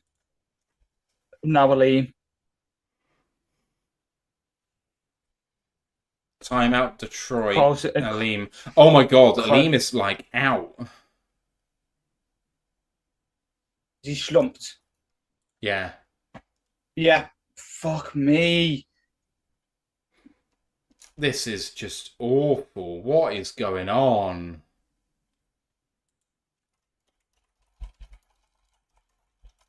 What is happening, everybody? This is an absolute disaster. Let's have a look here. Aleem.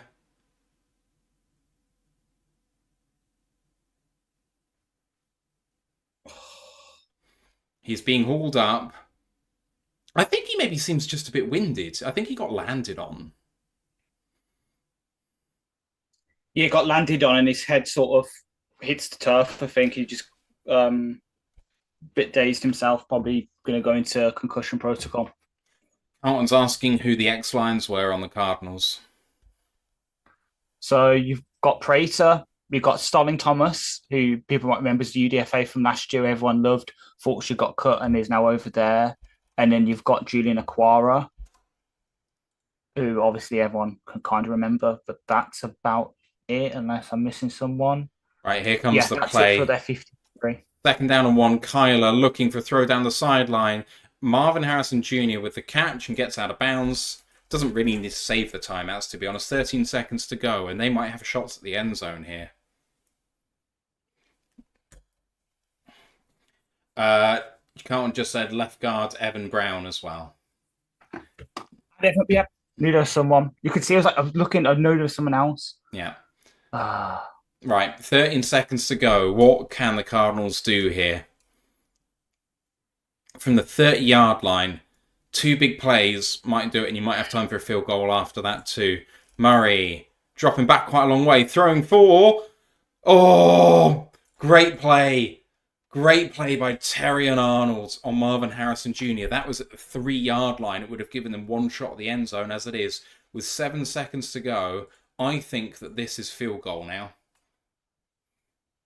Gotta be. I think Terrian could have called for DPI there as well. He was almost holding hands with the bastard. Offense is staying on the field here. You've only got 7 seconds.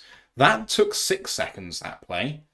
If you take one longer second on a play, then you ain't getting shit. You've got to go to the end zone here, and that takes a while. 2nd and 10. 7 seconds to play. Murray in shotgun happens this one off.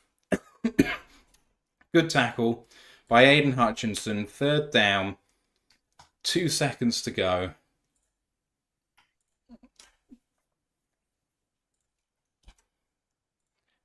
Timeout taken by the Cardinals. Nice garbage time yards for Kyler Murray. Well, not garbage time, but you know what I mean. Easy yards.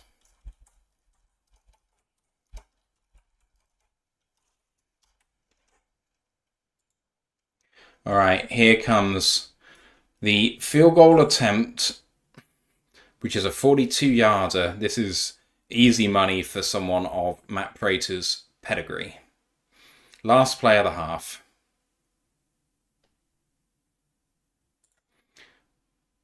Everything perfect. Massive kick. 3 points on the board.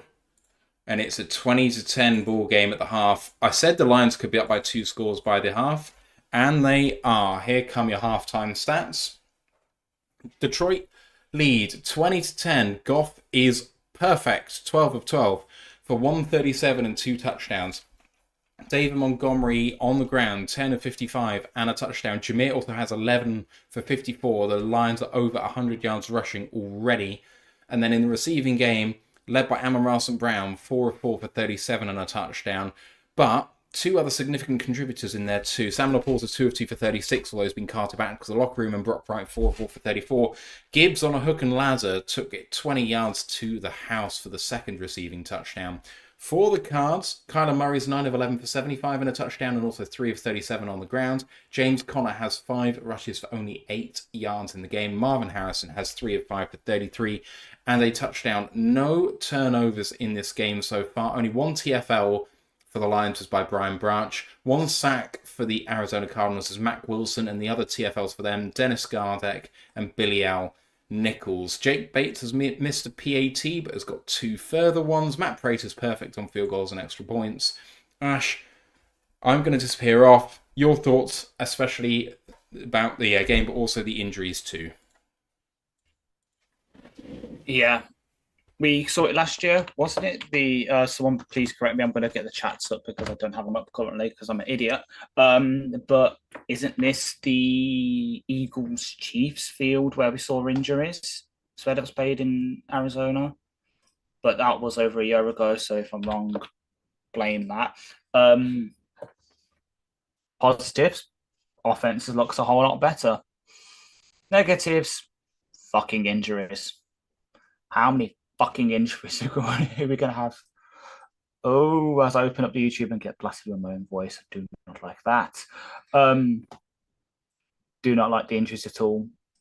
Luckily, I know we've got the early bye, so maybe we can play through them, really rest up, but they're all going to add up. All going to add up, and that's not good. Oh, yeah, big areas. Yeah, so I forgot as well, even though I was literally looking at 53. He was obviously signed that 2-year contract with Seattle. They brought in new guys, and his contract is up. So Arizona, who are pretty much rehauling their entire offensive line, obviously drafted Paris Johnson last year, signed Jonah Williams in this offseason along with Brown, Hernandez, and then Full Holt, who is their center. They're just trying to revamp their offensive line to protect Kyler after what happened last year. So I get it. Like, I forgot as well, but that's because I'm an idiot. Yeah, I've seen the replay just on Twitter as well a second ago. It's been tweeted out. He'll hopefully be okay. I know he played through that injury last season. And yeah, I think we are focused on containing Kyler. It's the sort of, I know I keep saying the Justin Fields game plan, and I know Kyler is not Fields like Lamar isn't Fields, but it's that sort of contain, get into and use interior and pressure to potentially get the sacks. Just make sure the edge is set the edge, as it sounds. And then, just use interior pressure and hope the corners can hold up with any deep plays. For the most part, we have. I know obviously we gave up a couple of big plays, particularly to Harrison Jr., but then again, as we saw in college, he is just really damn good receiver, and he's probably going to be up there pretty soonish in the league as well. So it's kind of forgivable. That's the thing. You look at our schedule. That's what it's like. Like online schedule. I know next week, for example, we've got Seattle. We've got DK Metcalf, who people didn't hear earlier. He has got a 70-yard touchdown today. You have a look. I believe it's 70-yard. 71-yard touchdown. Yeah, just literally on the last play of the first quarter for Seattle, which is obviously big because that's who we play next week. What's Lockett looking like? Yeah, so DK next week, 93 already today with one touchdown. Lockett's 4 of 4 for 40. Fant's 2 of 27. JSN's 1 for 15. Charbonnet's got a couple of catches. Laviska Chenault. There's someone I can write about next week. That's good. The enemy have a look games. So yeah. So it's DK and Lockett by CD Lamb, Justin Jefferson. Titans have got a couple of the old guys. Don't care. Packers are the Packers. Then we've got Nico Collins, Brian Thomas Jr. We're always going to be facing these big receivers who can do stuff. So maybe we've got to knuckle down, but we'll grow into it. Arnold will learn not to be as handsy and his head around and just learn the cues more of the receivers in the league. But we'll get there. And yeah, I agree, Brent. Just don't let off the big runs. Had enough of seeing the Bears do it the past couple of years with Fields, where they just kept posting runs and actually not stuff we care about because that's the highlights they got. But yeah. Also, I did post that as people heard that I do flag football, posted it in my group chat with them, and supposedly you can't lateral length into the line of scrimmage, so can't run that hook and ladder play. Breaks my heart, though I'm defense, so I don't care. Let's have a look around the league. Oh, Rams pull it back. They got a touchdown before half time. Who scored it? Kyra Williams on a 15-yard pass from Matt. There.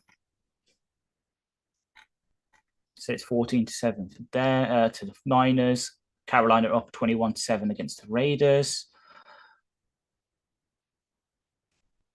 Dallas have got 6 seconds left on the Baltimore 33, first and 10, 21-3 down. And then, yes, Seattle 17-3 against Miami. That's good, I guess.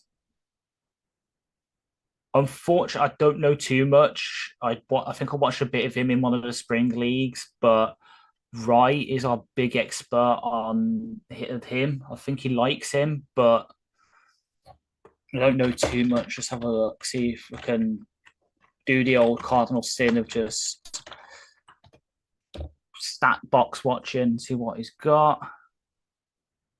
Went to KSU. So, so in 2018, geez, he's been around a while.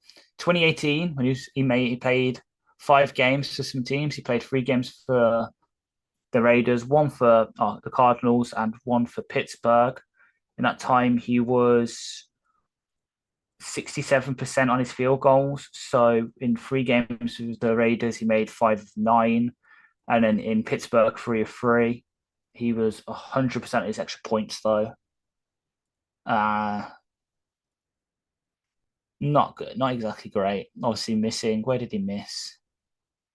He missed both of his attempts over 50 and 2 of his 4 attempts between 40 and 49. Not exactly great. But then again, he's been with the DC defenders and that, so maybe he's learnt a bit more.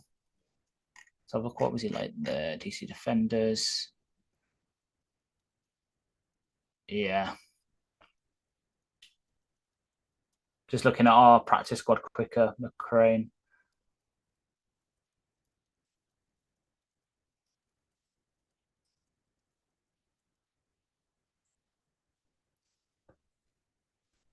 Just answering a question from Bren about our viewership. Yeah. Saying what is American versus British or even European. So generally speaking, it's 75-25% on audio to the US, 95% US on YouTube. There are some European fans, especially in Scandinavia. We regularly chart in Scandinavia more than anywhere else in the world. But I think you're talking about, unfortunately, maybe a handful of fans in those areas, just because their population is smaller and so there's less listening to other shows. So when one kind of hooks, then that's how we do quite well there, really. But there we go. What else have we got around the league? Have we gone through that as yet? Yeah, I was going through that at halftime. There's some good, some mad ones. Obviously, DK 71-yard touchdown. Rams pulled back a touchdown late in the second against the 49ers. Ravens Cowboys. Yeah. Cowboys just kicked a field goal, so they're 21-6 now. At the end of the half. Yeah. Lamar, 10 of 11 for 161 and a touchdown, continuing his streak against NFC teams. 1 for Derrick Henry, 1 for Lamar on the ground, two running touchdowns, 1 passing. Oh, yeah. God, Dallas, what are you doing? At home. It's a Jerry World as well, so it's exactly. How you get embarrassed, bro? Oh, the Rams have brought back one. Stafford, 8 of 12 for 80 and a touchdown. Not too bad. Mm-hmm. It was to Kyron Williams, wasn't it? The touchdown. Yeah, 15-yarder. Yeah. Not a lot of offense in that game. Brock Purdy's fumbled the ball as well. Oh, God, right. If you said that, I think I'm playing one of my things this week. All right, let's prepare for the heartbreak. Oh, God.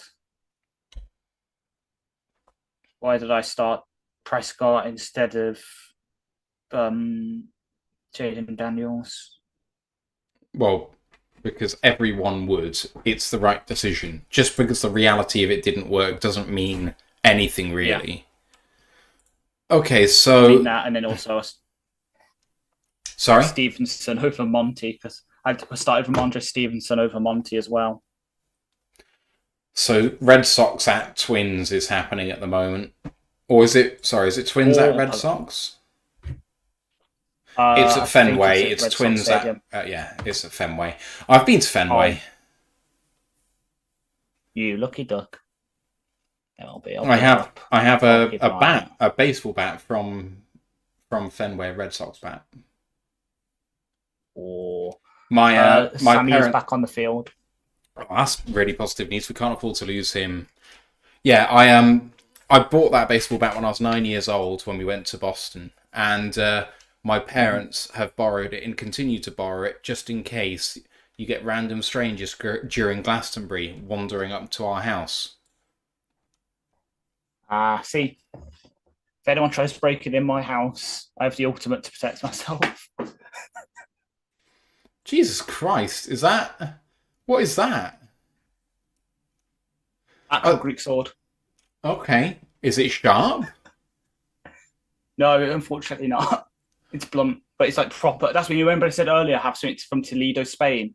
It's Spanish Toledo steel. Okay. I don't know where Toledo is in Spain. Let's have a look. Toledo, right in the center of the country, just south of Madrid. So that's in... All right. Not historically in the kingdoms of Spain, actually more in the Arabic area a little bit. Cool. Fair enough. All right. The coverage is coming out of the first half now, going into the second. Experiments had just rewatched reporter injury, was engaged in blocking high, and AZ player took out his plant leg. Ugh. It's all about the legs. So you're a leg man, eh? That's one way to put it. Right, here we go. Jake Bates is about to kick off. For the third quarter, the ball is away. And in the end zone and downed in the end zone, just about 1 yard deep, almost forced a return there. Dan Campbell now being interviewed. Oh, what? Actually, I have my headphones on then.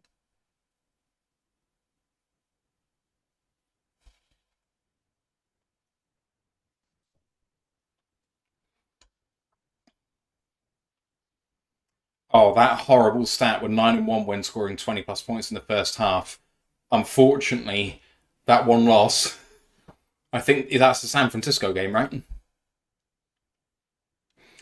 Right, here come the Cardinals from the 30-yard line. Ryman in motion, I think. Snap, taken, play action. D lineman after him, but a good completion to Greg Dortch. First down and 10. Carl says, Matt, why do your parents want to play baseball with random Glastonbury strangers? I think it was more using their heads for balls, to be honest. Okay, Negan from Walking Dead. I've never watched it. I'm not interested, to be honest. Not my thing.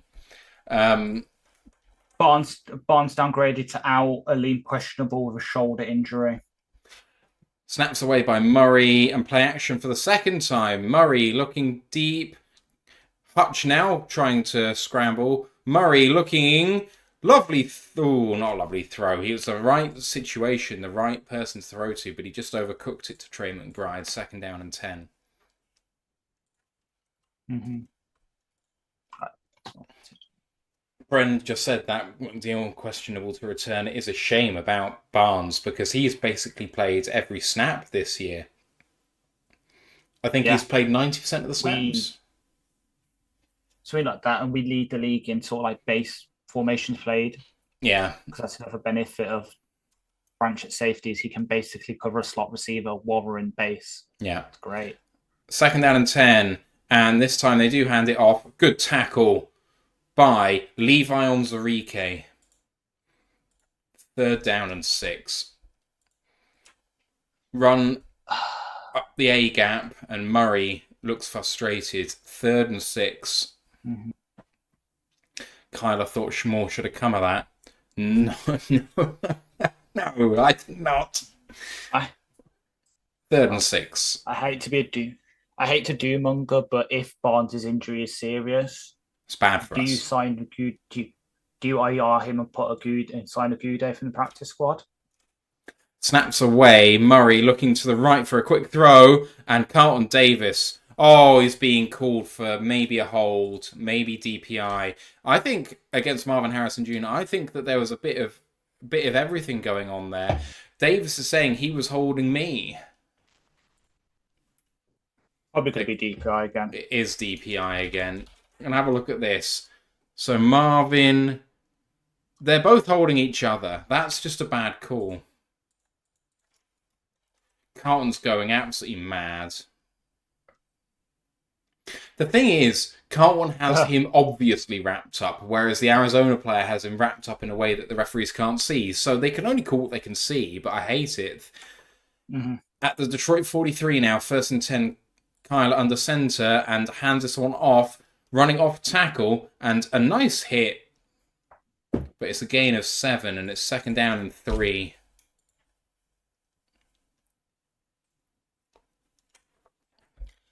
Not ideal for the Lions, all of these injuries. Could find ourselves getting gassed towards the end of the game. Kyler's gone quick here. Second down and 3. Throwing for the end zone, but this is a moon ball. Picked in the end zone. It's Kirby Joseph. And who is it? Kirby Joseph with the pick. Oh, Kyler. The boy! Kyler absolutely moonballed it. Fuck it, I don't care. Called it. You did call it. It was a really weird throw by Kyler because it had no zip and it just went up. Awful throw. Yeah. Terrible throw. Who? Sorry. I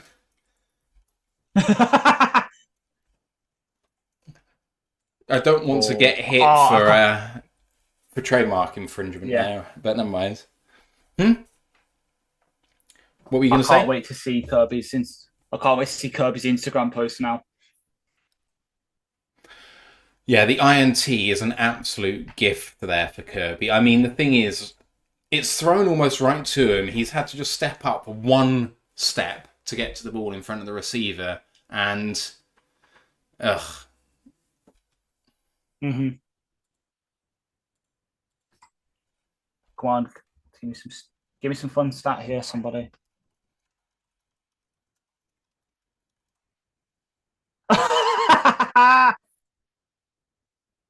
What's funny there? Lions Twitter account just tweeted that. Yeah. Nice. I love it. Nakura says, dirty player him. Love it. Love it, Nakura. It's my fucking dirty player. I'm gonna just watching the clip back. Yeah, it's because luckily me friends will put it up back. So with that one, he's moonballed it because he's really going off his back leg and he's lifting off the back leg, and it's just. It feels like he's trying to hit the back of the end zone for where only Marvin Harrison can get and kind of drop it in a basket. The problem is he gets it very, very wrong. Free Climb wins the comment of the day, saying maybe it's because our uniforms match the end zone backdrop. Oh, wait.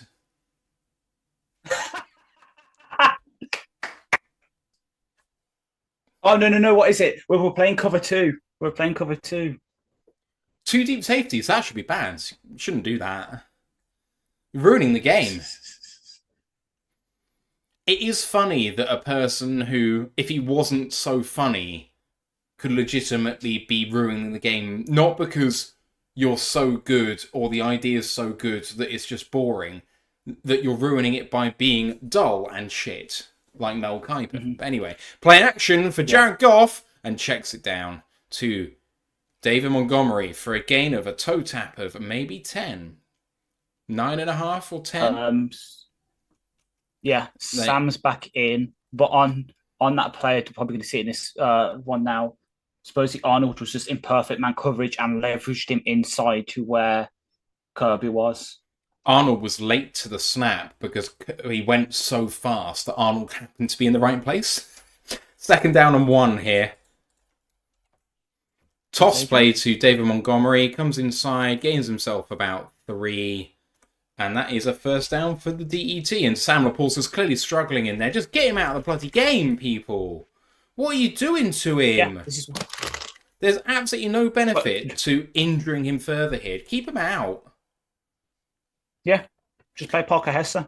Or just play Dan Skipper. Just play 6th offensive lineman the whole time. Skipper got hurt earlier. He's back in the game. So Sam. No, but Skipper's literally in the game right now. Monty. I know, I can see it now. With a cut. Gain of 1 yard. 2nd down and 9. So the point is, Laporta's limping off the field, whereas Dan is not. True. 2nd down and 9 here. 20-10 ball game. Lions have possession. With the way the injuries have gone, you might expect the Lions to suffer a little bit later on in this game if the Cardinals can keep the ball a little bit. So you want to see some nice long drives from the Lions offense. And that is a lovely throw on the outside to Tim Patrick for a gain of 8. And that's going to be 3rd down and 1. Tim Patrick, super reliable. Since the merger, Kirby has the 4th most interceptions a Lion player has logged through their first 3 career seasons with 10. And it's only like game 3 of that 3rd season. Come on, Kirby. 3rd and 1. 11 minutes to go in this 3rd quarter from the 41 of Detroit. Goff under center with lots of tight ends in the game there. And are they calling a false start here or are they going to call offside? It is a false start. We're being offside. What?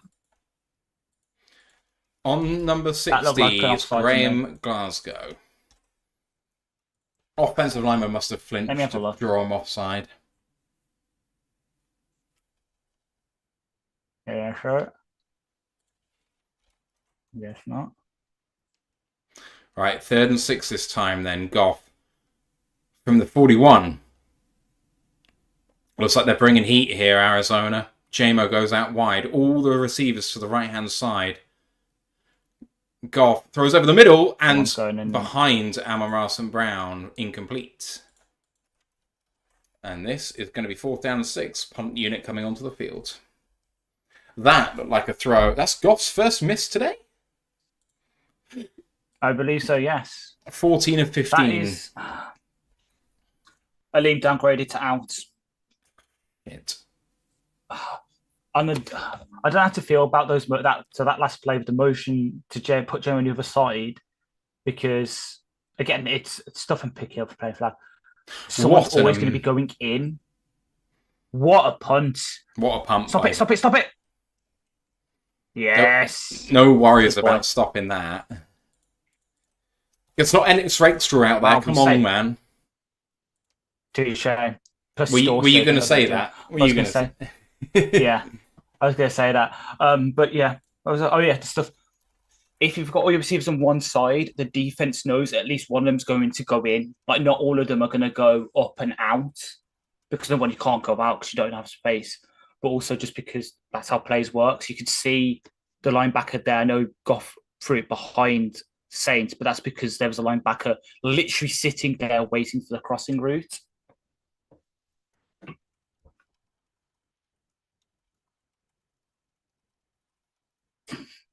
It's going to be hard to put people on IR. Actually, no, we just don't have to make the decision about IR for another week and a half, actually thinking about it. Because you let them get through Seattle. Seattle happens, and then you've got the bye. So actually, you wait until that bye week is over before you put people on IR. You lose one game in Seattle, but you give them 3 games to come back, basically. 3 game weeks. Yeah. Seattle are going to be very hot coming into next week, it looks like, because Skylar Thompson's down for the Dolphins, which means the laser show is in at QB for Miami. Christ alive. Yeah. Panthers are in the red zone again. I told Ant that the Raiders only having 6 points on the Panthers was going to be an Achilles heel, because I don't even think that potentially the Raiders should be considered favourites when Dalton's just going to provide such a boost to that team. Mm-hmm. It's not about being down on Bryce Young. It's about saying his confidence is shot, and a veteran who's been in the system a little while, who kind of knows what he's doing and can handle himself, is just going to get the best out of what's there. He may not be the high-end guy, but Dalton's one of those guys who can come in because of a QB injury in the playoffs or in week 17, 18, and he could win a championship. Dalton could win a Super Bowl in the same way that Foles won a Super Bowl. He's that guy. Maniac Sports in the chat saying one pride. Hey, Tim, hope you're doing well, my guy. Right, Cardinals taking over from the 2-yard line. Let's get a safety, fellas. Murray is under centre. Yes, and takes the snap and hands it off to James Conner running up the middle and gets upended. He gets himself a yard in the end. He did manage to crawl his way for a yard. That is Neiman and Branch on the tackle. Brent says, Fox keeps proving why he's our special teams weapon. Another big field flip. Yeah. I've just seen that Derrick Henry has absolutely assassinated Kalen Carson with a stiff arm. Nice. Right, Kyler Murray from the 3-yard line this time, again under centre. Jumbo packages in with many tight ends. And Kyler, play action, pressure, and he throws it away. So close to giving up a safety there. Oh, man. Lots of Lions pressure led by Aiden Hutchinson. Mm-hmm. Lions have a look. blitz from this side with Branch, who's getting held in the end zone. Branch got held in the end zone. That should be a Oh, safety. He's getting held on the that's numbers. On the back yeah, of the numbers. Like, it's not even hard to call that. yeah. But that's a good play design by Glenn there because you've got Branch on the tackle has to make a decision, either Hutch or Branch, and he picks Branch for some reason. Yeah, bad decision. 3rd and 9. Murray in shotgun. Going to run out of time here. Murray, zone read, and doesn't get there. Get him! Kirby Joseph brought him down for the tackle, 4th down and 1. But they shouldn't have got the playoff. Shouldn't have done. That, the play clock expires according to the graphics on the TV screen. Yeah. Which is never the best indicator, I will say. What? Juwan Jennings, 6 catches, 103 yards, 3 touchdowns. There. Here comes the punt for Arizona. Oh, Kyler was limping. Good one. And not look nice. Khalif. Khalif almost broke that down at the 43-yard line of Detroit. And that is where the Lions offense takes over.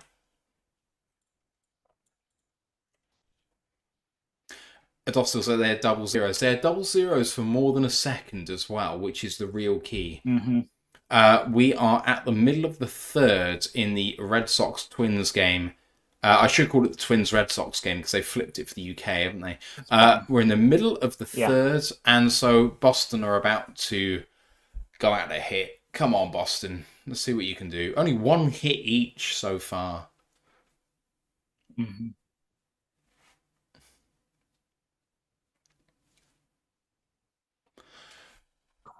Let's make this a 3-score game and get out of here. Exactly. Ass whooping in Dallas. Ravens now 28-6 up.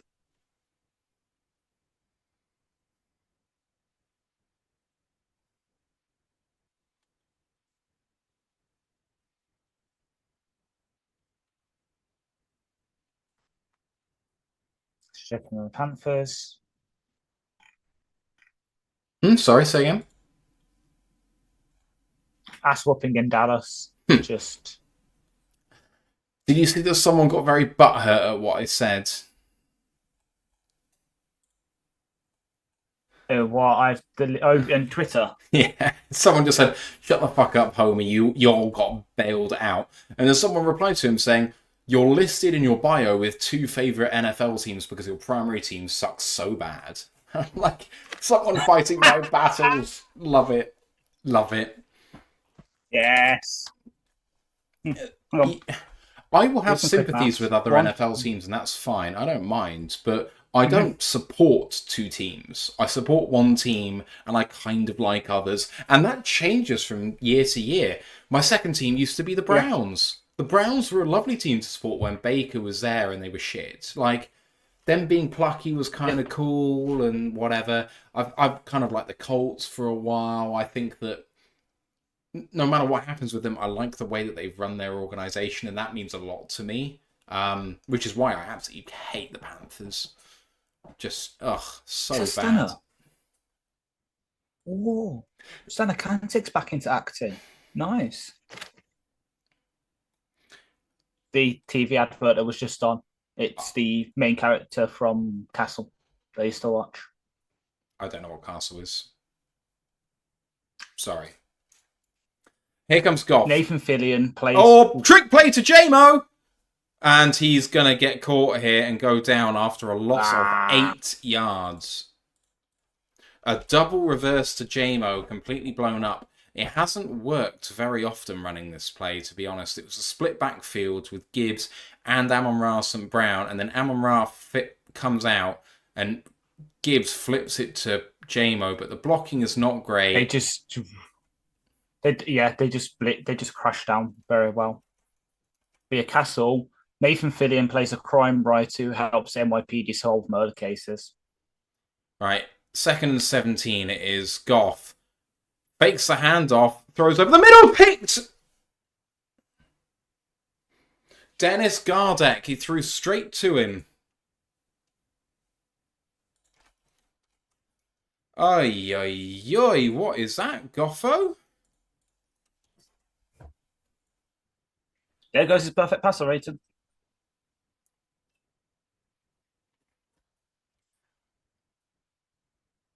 It's just dropped with that one play. It drops from 140.9 to 120.3.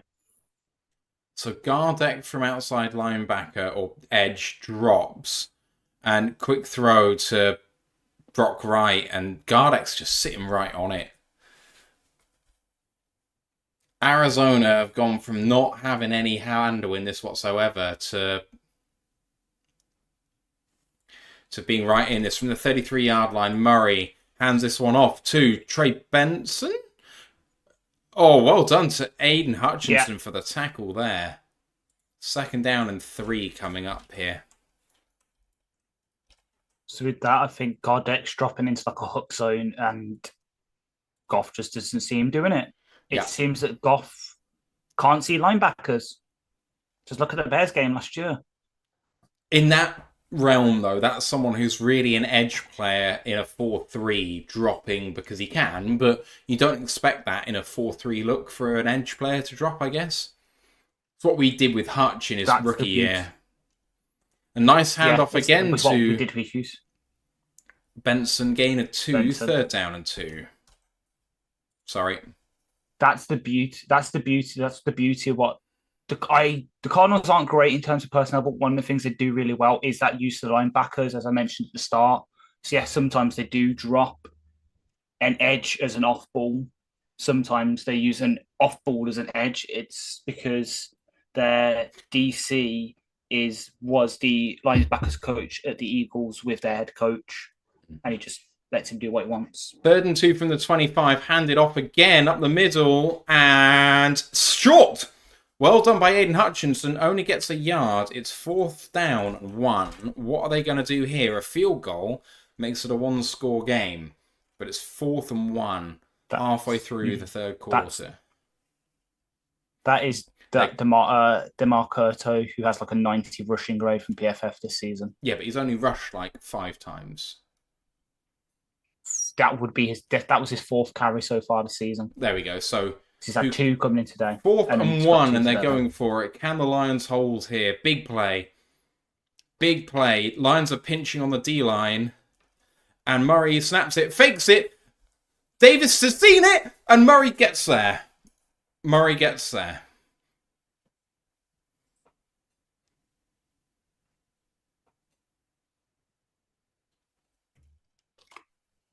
And they're calling it as a 1st down. I think it was a 1st down. I think it's a good call. Davis is not happy. Davis stops him short. Oh, he slid before. So I think his hips come down before that. I wonder whether we challenge this. Let's see when his knee goes down. It's down. He's short. He's short. Dan's challenged it. Colton's just tweeted. Spoiler alert. We're trying to look it up on the phone. If you're going to challenge anything, this is the sort of thing you should do, because this is the change of possession, right? So, like, it's not just 1 yard. It's huge. Many thanks to Shane68 for the $10 super chat. Says, nice commentary, gents. Great listen. Appreciate you, Shane. Thank you very, very much. Sorry, Ash. I've just realised with Ant's prophecy, if we win this challenge, we're winning the Super Bowl. Because the prophecy we just had to win one challenge. What? Yeah, it says the challenge, like the day that Dan Campbell wins a challenge is the day we'll win the Super Bowl. And we're saying we're going to win this challenge. So we're going to win the Super Bowl. Ant's prophecy's coming true. Let's check in on the baseball, top of the 4th, still 0-0.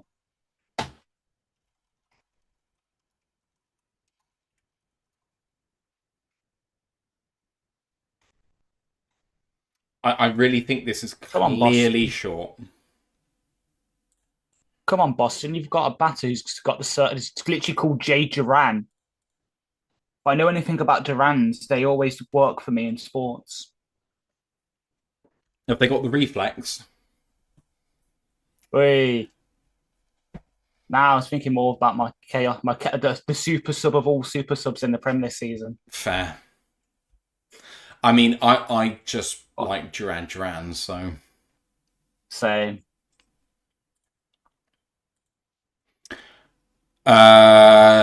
Free Climb saying, I'm saying what I saw in the chat talking first down Lions. Free Climb saying, are you hoping or telling? He said, Free Climb saying they have to see the knee. The knee is very clearly down. Sam Laporta questionable to return with an ankle injury. Not the same ankle that he did last year, please. I could do without that. I do wonder whether they're going to give this to us.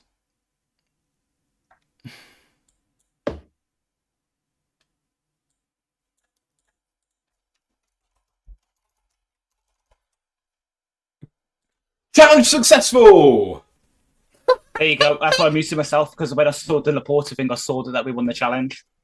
So I had to just... It was a good boy this time. It was a yard short as well. A yard. Excellent. That's... The boys are back in town.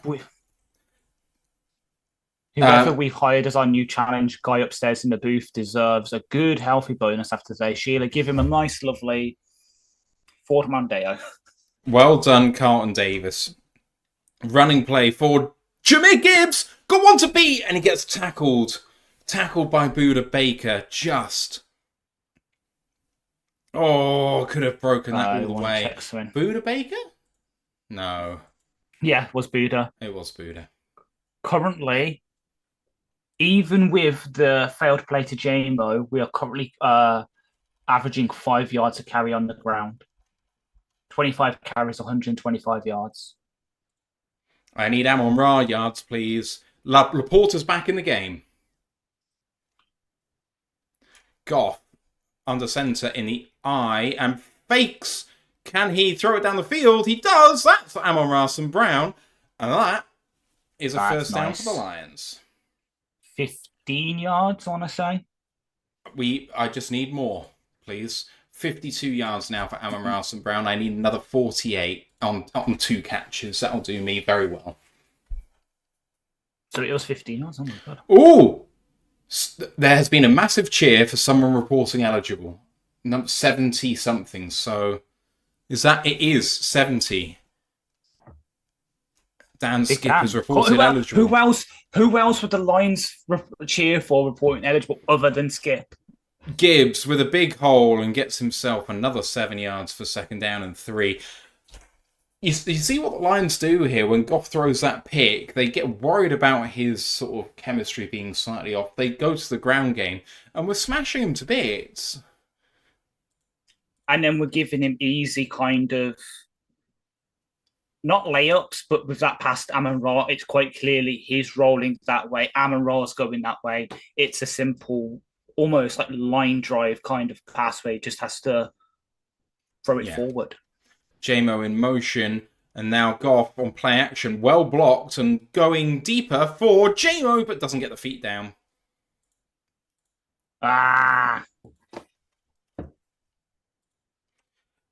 It was the right idea, executed poorly. Wobbly ball. Ooh. Free Climb says Gibbs was hobbled on that play, by the way, previously. Sorry. Oh, damn it. And I was just about to make a great stat with him. With that play to to Gibbs, for the first time since 2006, the NFL has had an RB duo each log 70 plus scrimmage yards in each of the first 3 games of the season. Nice. Monty and Gibbon. Monty's in the game with Brock Wright in the backfield and handed off to Monty, but he gets there on a second effort. He was going to be short, but he has got the first down. Oh, the spot is terrible. The spot is a half yard short of where he was. That's outrageous. There's no way. The second effort got him way further than that. If we don't get this, GA2 skips their bad throw on that point. It wobbled a lot, and that's probably what threw it off. Right, 4th down, and the Lions are going for this. I don't think we should challenge it, but Lions going quick to the line. Goff takes a snap. Full back, hand off, and it's no good. Whenever we do this quick stuff, it never works. It never works. Yeah. So they turned over on downs. Now we're turned over on downs. Never do the fast stuff like that because we're not good at it.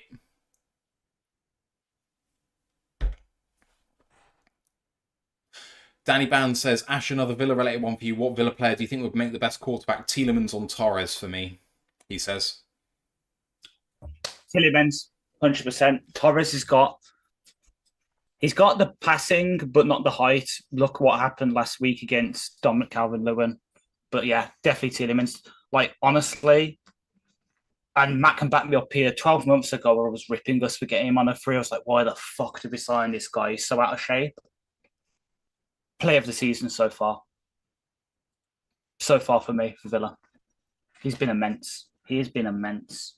He has been pretty good. Right, we are 3 minutes away from the end of the third quarter.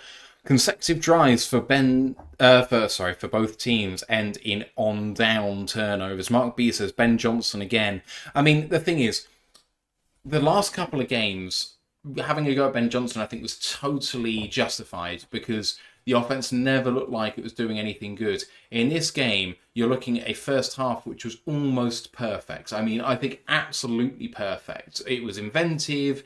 It was moving the chains. Goff looked great. In this half, Goff has thrown a pick where it's just on him and there's nothing wrong with what was called.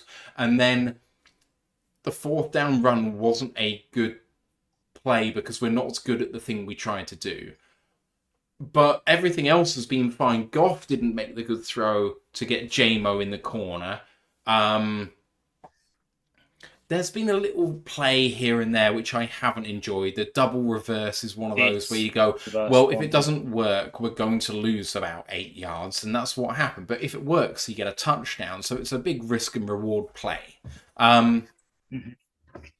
We've been bailed out by an interception in the end zone as well. But, you know, I think all in all, this is much more of the Ben Johnson we're expecting to see.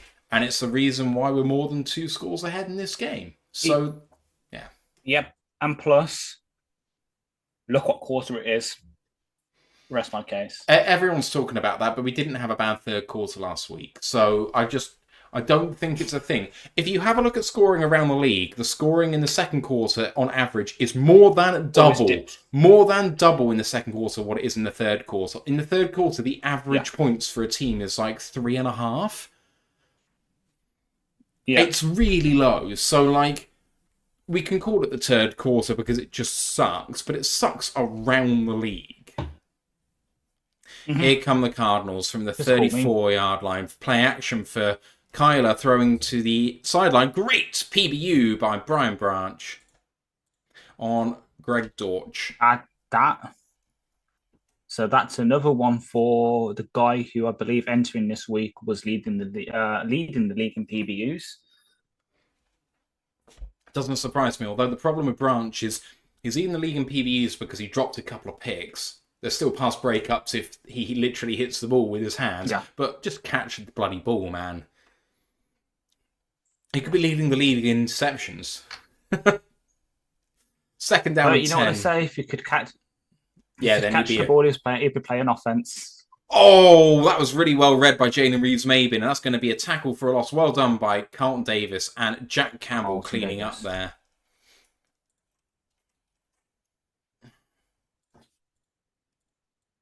Kyron Williams for the touchdown brings the Rams within a score. 3rd and 14. Not the director, Snack Schneider. The other Snack Schneiders tweeted, I can't believe Dan Campbell turned down the opportunity to turn a 2-score game into a 2-score game. 3rd and 13. From their own 32. Lions only bring 4, but Campbell's one of them. Kyler under pressure, trying to escape. He's now got to beat one, but he hauls it down deep. Poole should have been picked by Kirby, but he dropped it. Oh, it would have been a hard one to snag, but I think that should have been his. Let's have a look at this. Terry and Arnold against Michael Wilson. And Arnold with really good DB play. And, it was broken up by Kirby on Branch, actually. Branch is the one who forced the incompletion, which is a bit annoying, but never mind. 4th and 13, punt units on. Lions haven't they heard of the standard? Good catch by Khalif Raymond on the run, trying to beat some people. Second effort, all the way down to the 33 of Detroit, and that is now whistled dead. 2:05 to go. They need to watch a couple of English football games so they know the proper procedure for that kind of thing. You've got to call your name so people know whose ball it is. Carlton just said that was Aleem chasing down Kyler, so Aleem must be back in the game. I thought he was downgraded to out. Hang on, I thought Aleem was downgraded to out. So did I. Hang on. Where was this? What's about there?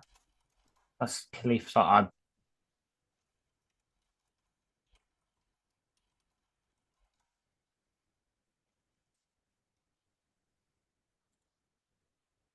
That was. Give me a second. That was Wingo. It was 94, not 54. So it was Mickey Wingo. Right. There we go. Okay. 2:05 to go in the third quarter. Lions up by 2 scores and they have the ball. Chance to maybe put this one a bit more out of reach. They've restricted the Cardinals to 165 yards of offense through almost 3 quarters. Oh, what a catch! Goff, I think, was trying to throw that away, and David Montgomery's turned that into a gain of 6. Wow. My G. God, that was a good snag, yeah. So they faked a reverse. Goff then looked to throw the screen the other side. It was dead. So then Goff basically throwing it at Montgomery's feet, but Montgomery actually manages to pick it up off his toes and take it for a gain of 6. 2nd down and 3. From the 40, JMO in motion, and Goff just hands it off on the other way to David Montgomery, who runs and gets himself a 1st down. Just. Like that. I like that a lot. Carlton has just said he saw a big guy with a number 4 at the end and then said, at the end. So, yeah. Yeah. Makes sense. The experiment with Demo is the definition of not giving up. Tenacious Demo. Hell yeah, man. Yeah. All right, 20-10. We're coming to the end of the third quarter quite quickly here. I know it's the Sox game we want to be following, but the White Sox have just lost their 120th game, which means they tied the 1962 Mets' modern-day record for losses in a season.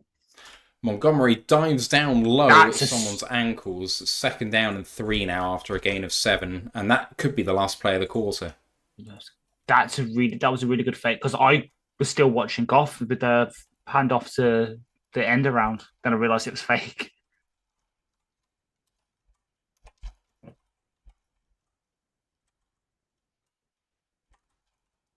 Come on, Twins. Yeah, that's the end of the third. I wouldn't take a snap here, but I would line up to try and draw them offside. Let's see if that's what happens. Yeah. Goff is under center, getting a man in motion, doesn't get anything there, so that is the end. All good so far. Oh my jeez. What? Panthers 33, Raiders 7. It kind of doesn't surprise me, really. The Raiders aren't great. They're a team that are plucky and I want them to do well, but they're just not that great. Okay, here comes the stats at the end of the third quarter. Lions lead 20-10. Goff 16 of 19 for 176, 2 touchdowns, but one of those non-completions was an interception and a bad one. David Montgomery doesn't lead the team on the ground, but he has got the touchdown. 16 carries for 72 yards. The team is led by Jahmyr Gibbs. 13 carries for 80 yards, so he's going at almost 7 yards a carry again. Amon-Ra St. Brown leads the team in receiving. 5 of 6 for 52 and a touchdown. Can we get that to 100, please? Kyler Murray's 10 of 17 for 88 yards, a touchdown and a pick, and 5 for 45 on the ground. James Conner, 9 carries for 17 yards. Trey Benson, 2 for 8. DeMarcado, 2 for 7. Receiving the ball, Marvin Harrison Jr., 3 of 6 for 33 and a touchdown. Ash, your thoughts through 3 quarters? Lions have the ball again, but they haven't been able to put this one to bed quite yet. Yeah, it's a lot better.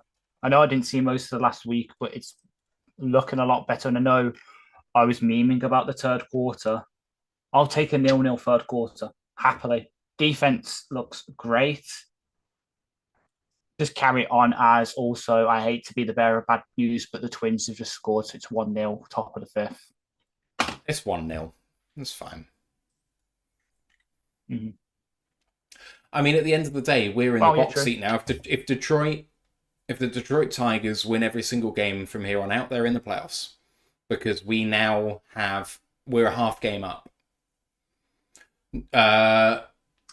Yes, They'll win this. They'll be a half game behind again, and the Twins have a tiebreaker over us. It's not even that. We are a full game up, but when the Twins win, they will be level in wins, having played a game more. So we'll be half a game ahead, but because they're level on wins, they'd have the tiebreaker. So we just need to convert that half game lead into a win and not a loss. If I've got my baseball smarts right. Anyway, as they make it 2. I'm turning off the SBN. I'm not looking. Here comes the start of the fourth quarter. Goff hands this one off on 2nd down and 3. Montgomery goes outside after being stymied inside, gains himself 3.5. That's another Detroit first down. Most Ferrum says, I mean, I'll take a win, but we don't crush teams enough. And I get that, I do, but we're also warming into the season. We did well in game 1. There was stuff about game 2 that was likeable, but there was some stuff that we had to clean up. In this game, while the interception was bad, and there were isolated play calls I don't like, it's been a much better game on both sides of the ball. I mean, we restricted him to basically nothing on offense as Goff. Play action here, under pressure, steps up in the pocket, looking deep now, checks this down to Gibbs. And in fact, that was just thrown into the dirt, made sure he was targeting a guy. Really smart decision by Jared Goff. It is one of the things he's really good at, is throwing the ball away in that situation where a play has been blown up. The problem is, sometimes he does it too often, when a play could actually happen. And sometimes he throws right to, a receiver, a defender when he shouldn't, but hey. Linebacker, yeah. 2nd down and 10. From there, 46. Goff in empty here on 2nd down, Ash. 3-step drop from shotgun, now getting out of pressure. No, he doesn't. Sack. Sack and a loss of 9. Dante Stills. The fans really liked him in the draft process last year. From West Virginia, Mountaineer. Okay. Fair enough. Oh, nice stunt. A nice stunt. And Penne saw it, but late. Goff went down at the 46, starting their play at their 46. It's a loss of 8. Sorry, then. 3rd down. Oh, no. They've given it 7. 3rd down and 17 here. Don't go crazy. It looks like Cardinals are bringing pressure, but then they bail out of it and only bring 4. Quick throw to Amon-Ra. Only gains... Oh, it was a flag. Late flag. Late flag in the defensive backfield. This could be a first down for Detroit.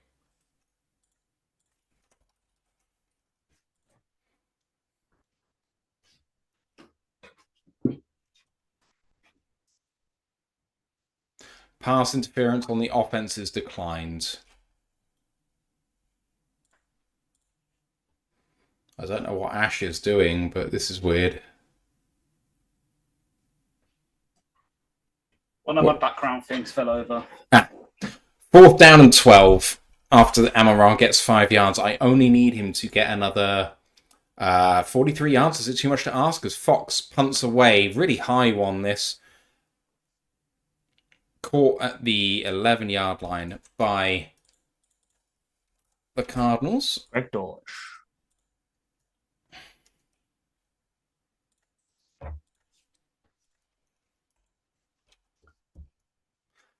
Lions have 300 yards of offense, 302 to the Cardinals, 165. outgaining them up by 137 yards, but it is again only a 2-score game at this point. 13 minutes to go. The game is not dead yet, despite the outgaining effort by the Lions. We've got Jalen Reeves-Maybin at Sam. And Murray dropping back. Hold in there. There was a hold in there. Is it going to get called? Throw to Marvin Harrison Jr. Of course it's not going to get called. I was in the interior there. I think that was potentially on Kyle Pecco? No, Meki Wingo, sorry.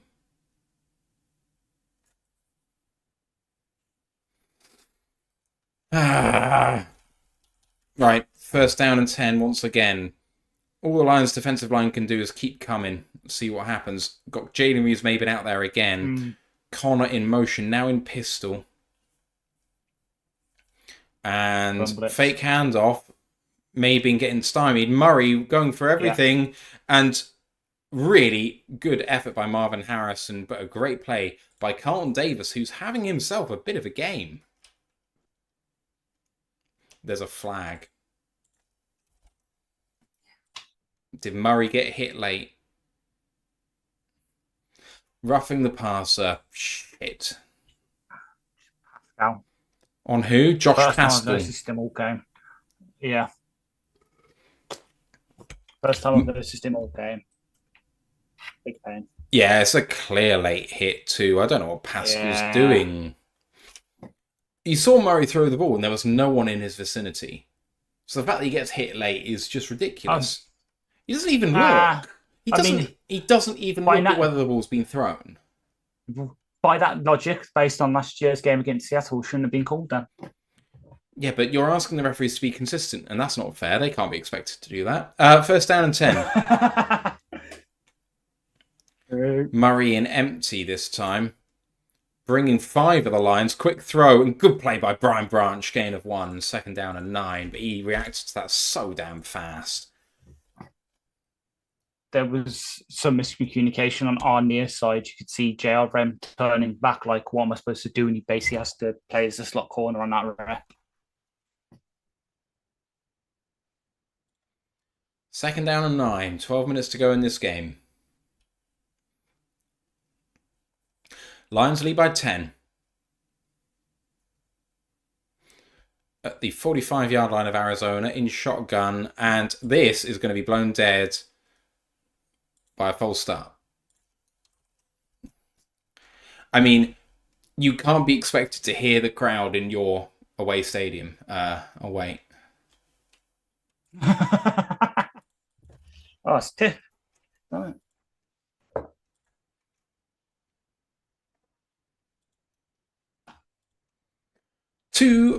Second and 4. Second and 4, 12 minutes to go. Murray.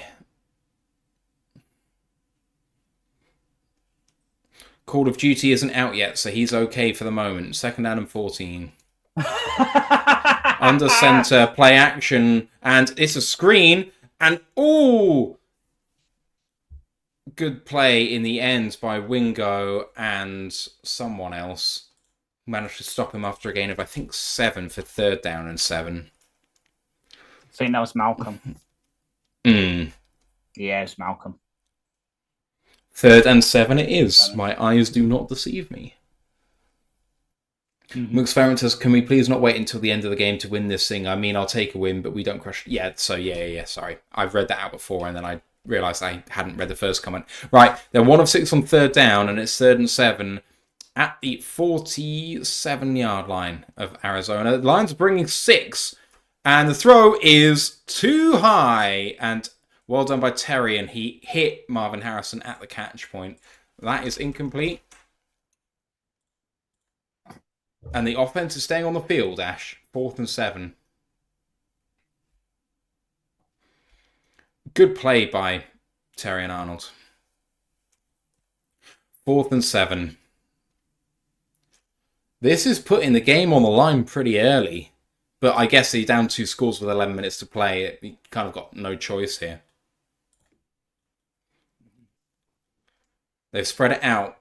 4 wide receivers in the game. Murray looking to throw over the middle. Incomplete. Really good play by Kirby Joseph. They're asking for a flag. A flag that they do not get. Lion defense coming alive in the second half, Ash. So's Kirby. It was pretty much as soon as you got the interception, you knew I was going to big him up tomorrow on the pod, but definitely going to now because that's a really good rep in man coverage from him there, which is one of his weaknesses.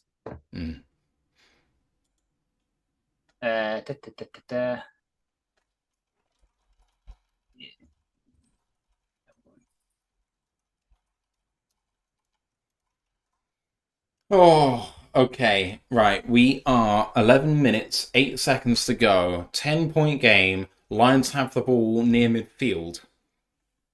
Short field.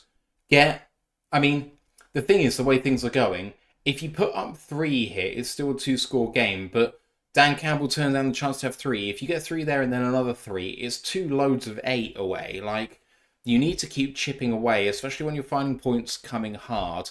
I know that everyone wants touchdowns, and touchdowns win games, and field goals don't. But you know what? The Washington Commanders proved that field goals can win games. They really did. Yeah.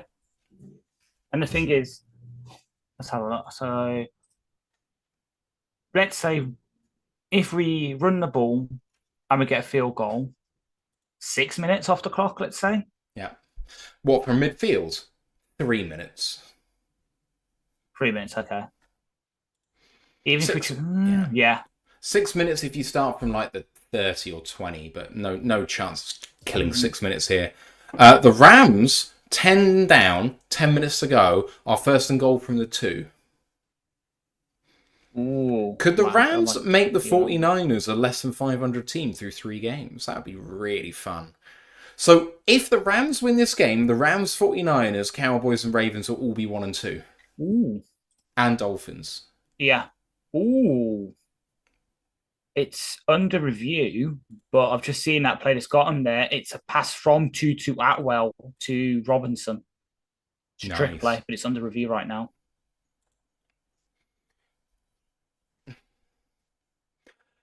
Just think about the defense, everybody. And Bren says, great D in the chat. Think about the defense and think about how many calls they aren't getting on defense. That's how good this team is. Think about how many injuries there have been on defense today. With Barnes out, McNeil out, Alexander only not playing. Lions leading time of possession by 10 minutes already. Amazing. And we have the ball. We're going to extend that now. Goff hands this one off to Gibbs, who runs straight into a defender. 2-yard gain, 2nd down and 8. Oh my God, that's what Sam just tweeted. Ados still said, which means the Vikings are number 1 in the NFC. I think that's right. But the Seahawks will join them at number 1 with a win.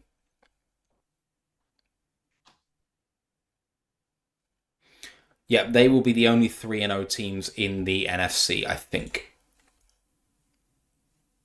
Right, 2nd down and 8, and Goff hands this one off again. Gibbs just walks into a wall.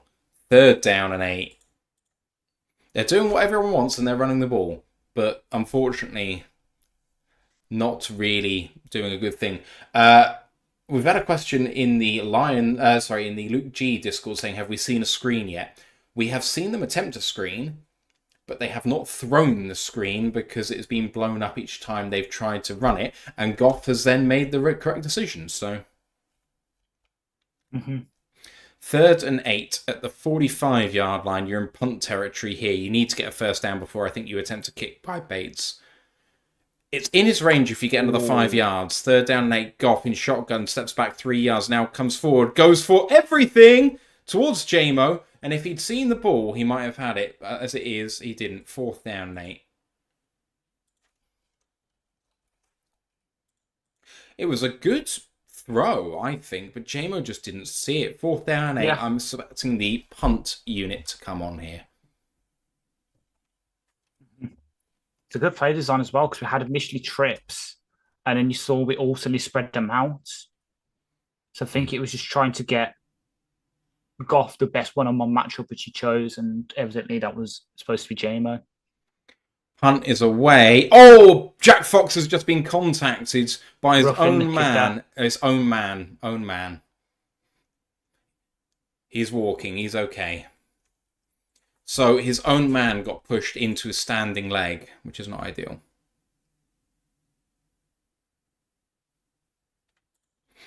I really wish Goff had held the ball for the play being thrown dead, because he knew it was thrown dead. You could see that he knew it was blown dead, but he kind of panics in the face of pressure anyway. 9.5 minutes to go. Ball was fair caught, I think, at about the 10? 9. First down and 10 now for Arizona. Got to go the length of the field basically twice.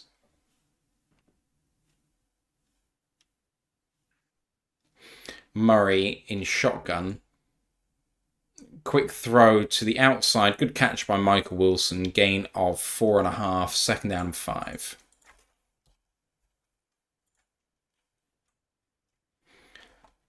Oh, I'm not going to get my bet, am I? I need Goff with another 8 completions to 70 yards, which isn't happening. Quick play here by Murray. Looking left over the middle.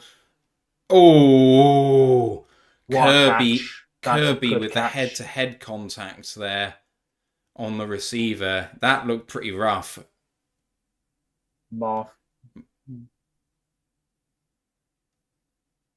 That actually was shoulder to helmet. Yeah. Just letting him know it's there. I mean, letting her know is there. At the same time, it would be targeting in college. Oh, Trey McBride injured, is it? Looks like Evanston. Oh. Is it? No, 66. 66, sorry. 66. That is Jackson Barton, the right tackle. Wow. The Cardinals are down to their 4th string right tackle. Nakura says, I need Laporta with 40 receiving yards. He's on 36. So keep playing with me by putting his broken body back in. I mean, I'm sorry, man. I just really don't want him to go back in. But if you can get him 4 yards, then sure. Fingers crossed.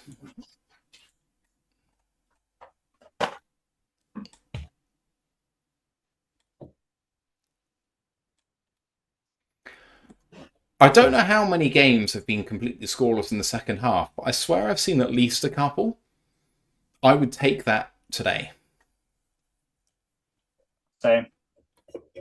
Right. Charlie Heck is in. He was called up from the practice squad alongside I wanted to say Jackson Carman. It's not Jackson Carman. Jackson Barton. Jackson Barton, thank you. Both called up from the practice squad. Now one is injured. If Heck goes down injured, they got no one who can play there. So it'll be their backup left guard, Isaiah Adams, who I believe some fans might know as the former Illinois. So he's the guy, the left tackle from Illinois. This came out this year, who transitioned to guard in the pros. Well done again by Terry and Arnold in coverage there. That was good. Second down and 10. Mm-hmm. Arnold is a bit all over the place sometimes, but he has good and bad plays. Fine. Over under 44.9 PFF coverage grade tomorrow. Under. Second and 10. If he has another good reps, maybe he'll get it above, but the DPI is going to cost him. Hutch with a spin move and almost got to Murray. Throw towards Amik Robertson, who managed to get his hands up, which removed the idea of defensive pass interference there. Third down and 10. Red Sox triple. Nice. 3-2 up. Bottom of the 5th. Fuck yes. If the Twins lose and Detroit win another game, that'll put them a game and a half ahead. That'd be huge. Third down and 10. 8:50 to go. In this sort of position, I don't know whether the Cardinals would go for it again like they did near midfield. 1 of 7 on third down at their own 28. Get the play away. Murray hurriedly throws and overthrows. Incomplete for Michael Wilson. 4th down and 10. Hutch was a half second away. This really smacks. Rams are second and goal at the San Francisco 8, 10 points down, 7 minutes left on the clock. This feeling about what they're doing with Hutch really kind of makes me, or reminds me of the Rams game, where they know that that is going to be a struggle, and so they have deliberately schemed to get away from him, and that is hurting Hutch's production because they know he's an issue. If you know what I mean. Yeah. And it's just a shame that the player who was probably most going to benefit from this, being Barnes, is out. Yes. Because I could see Barnes have a huge day. 1.5 sacks, 3 tackles for loss. I'd like to see Goff throw a little bit more, not just for my bet, but I'd like to see him kind of pick it back up from after his interception, because he's not really given himself a chance. Simple. Well, of course you do. Simple slants to Amon-Ra. 6-yard pop. I mean, I'm not asking for it for me. What I'm saying is, Goff needs to get back in rhythm after he has bad plays, because at the moment we're kind of taking him out of games when he does that, and we can't afford it. Yeah.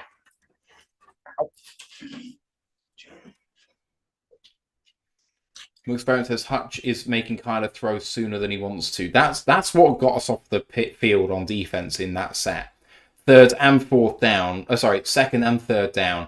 Kyler was massively hurried by Hutch. So when he's not hitting the box score, people are going to ignore what that pressure is doing to him. Adostel said, okay, time is just as important as sacks.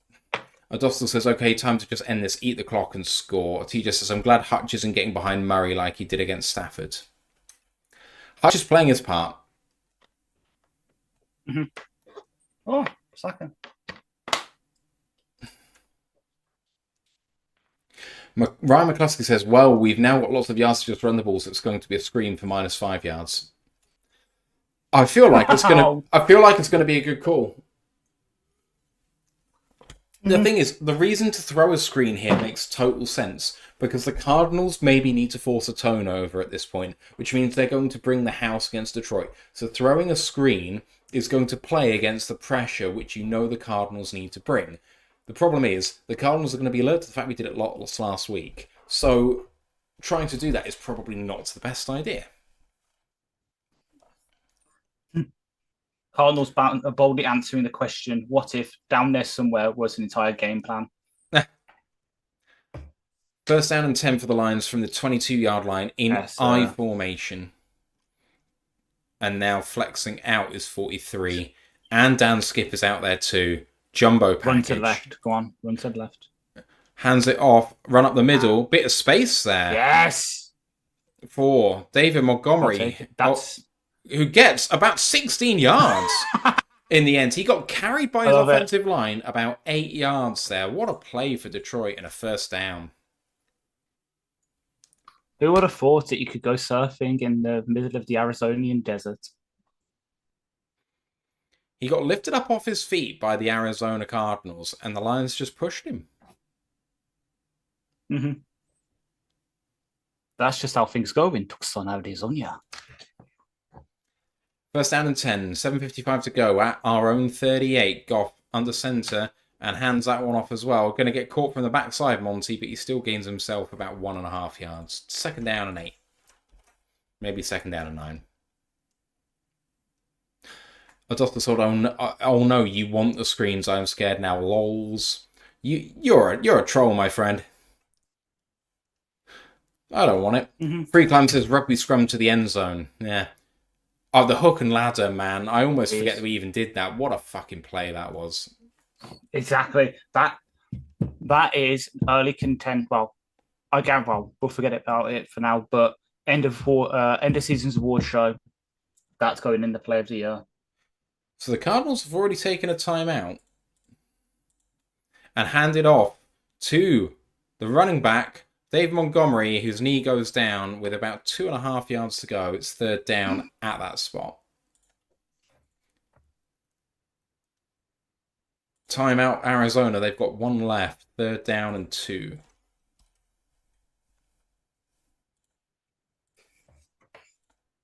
And doing me a solid. Montgomery literally just had cards players carrying him like Xerxes in 300, only they were carrying him in our direction. Can we have 2 100-yard rushes in the same game? That would be lovely. Just need another 18 yards for Gibby to have both have 100 yards on the ground in the same game. Be a heck of an achievement. I can't be many people who's done that ever. Give me a second. Tim Patrick's in the game. 7:38 to go. Third down and 2. Chance for the Cardinals to get off the field here.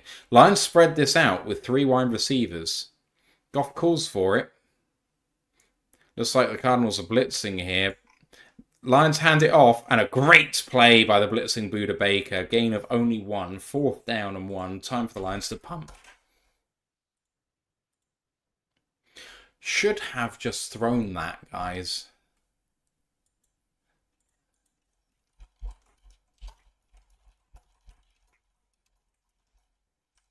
Oh, the Lions are going for this on 4th and 1. Maybe they're just going to take the delay here and try and draw them offside. On their own side of the field.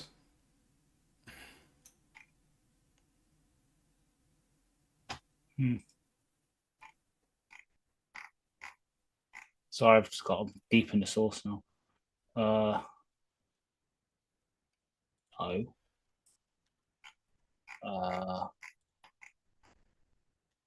Detroit take a timeout to avoid the delay.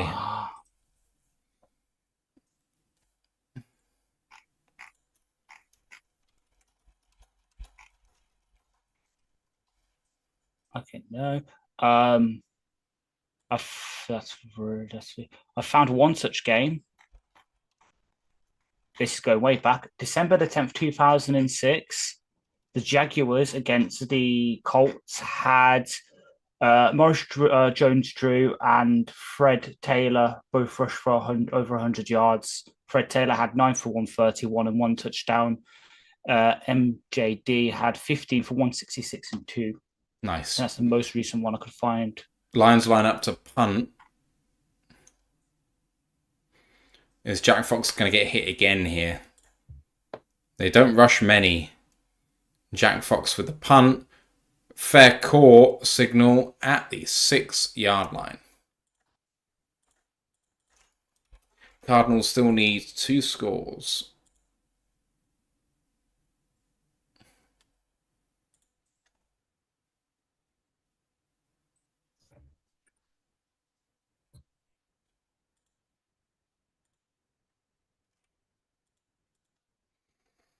Oh, Freeland is back in the Barry days. 3 Lions receivers had 100 each on Thanksgiving Day game. John Madden gave them all a turkey drumstick. Hell yeah, man. Right. Oh, nice. Here come the Cardinals. Need, as they say, some Murray magic on the comms. 6:48 to go. Murray an empty and quick throw and a nice tackle by Malcolm Rodriguez. 2nd down and 5.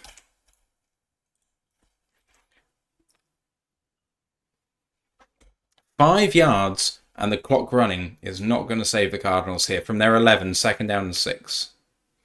Murray, deeper drop and checks it down. And he managed to stay on his feet. Greg Dortch gets the 1st down for the Cardinals. Good play. Hutch was very close to that. Mm-hmm. 1st and 10, running clock. Murray, 4-step drop, throws over the middle. Nice play. Good hit. Oh, no. Oh, Jesus Christ. Down injured. That's Brian Branch. That did not look fun. He's out cold. Shit. Brian Branch is He's out cold. He's slipped. Everyone's on the field worried here. Oh, shit. That's helmet to helmet. It's on the receiver as well. The receiver leans his helmet onto Branch. Branch is leaning with his shoulder. Fucking try, yeah. Fucking McBride, man. Yeah, he's gone. Fuck. It's not Branch's fault, that. What can he do?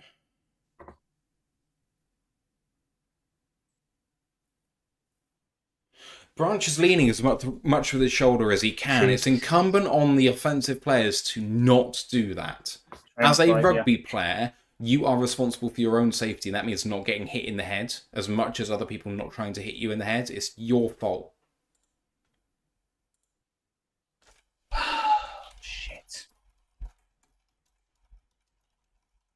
Shit.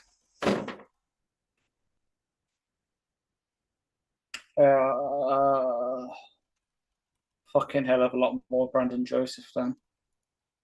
For now.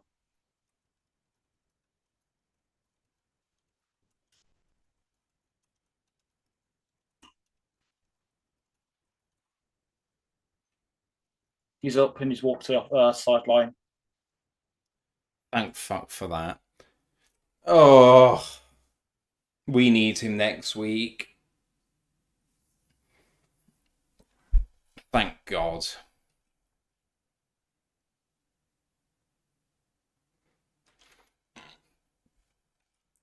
Second down and 1.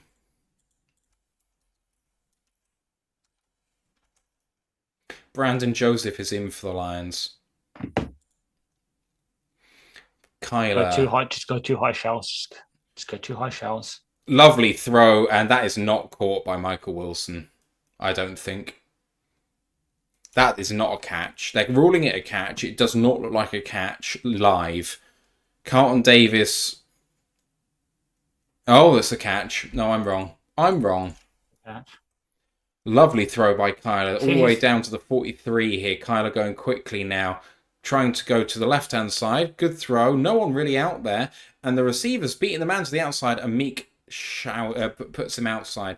Running clock again, I suspect, with 5:18 to go. First down and 10. The clock stopped. Why is the clock stopped with 5:18? There we go. Yeah. Clock has started again. What's I supposed to say? Not to go back to it, but imagine if that was the other way around, that would have been immediate laundry. But it's just going to be a fine from McBride. It won't be a fine from McBride. It'll be a fine from Branch. Sack time! Sack! It's Aiden Hutchinson.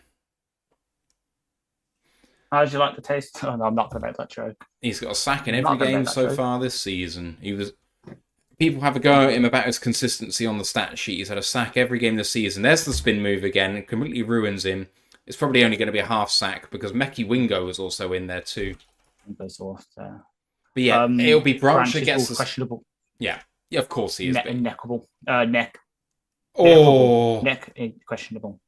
Marvin Harrison Jr. with the drop there, but that was another good bit of protection by Terry and Arnold. I tell you right now, and I'll flip out if I'm right, but Brian Branch will get hit with it because he's the defender. That's what happens in those situations. You'll rule that the defender is the person making the decision, but it is the offensive player leading with the head. Yeah. 3rd and 17. You can quite clearly see on replay. Yeah. 3rd and 17 and a must-have it. 4:33 to go. Mm-hmm. They're not in field goal... Oh, no, they are in field goal range for Prater, so they should just take that if they can't get this. Just about get the play off. Kyler looking over the middle. Good catch. That is a good throw. Good throw. Gain about 12 yards. 4th down and 5. And they're going to run the field goal unit onto the field. Prater on to make it a one-score game. Yeah. Lions will only need about 3 first downs with only 1 timeout in Arizona's back pocket. Mm-hmm. Prater with 44-yarder. It's exactly the same as the one he made in the first half. This is for the first points of the second half of the game. Right in the middle. Snap's good. Holds great.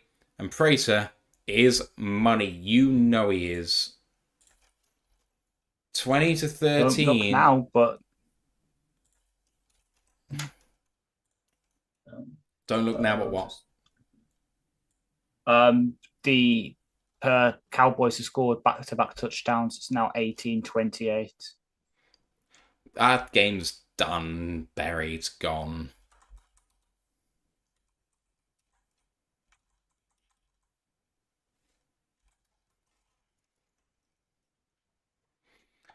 Right. Lions need to kill clock. And actually, David Montgomery is now dipped under 100 yards because of tackles for a loss. He's now on 20 for 99. Mm-hmm. Right. I'm not going to be able to get Amon-Ra St. Brown 43 yards here, am I?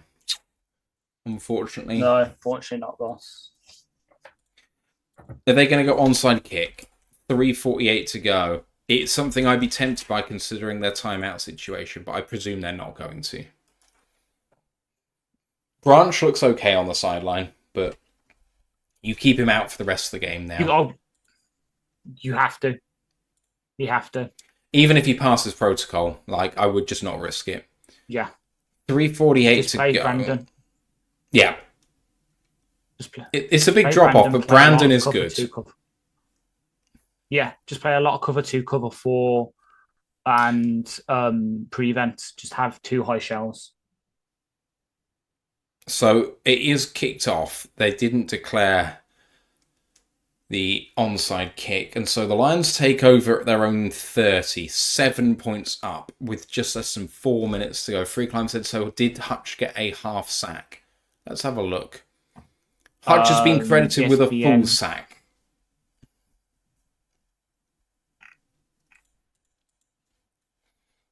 Yeah. Dan Skipper has reported eligible. Alert, alert.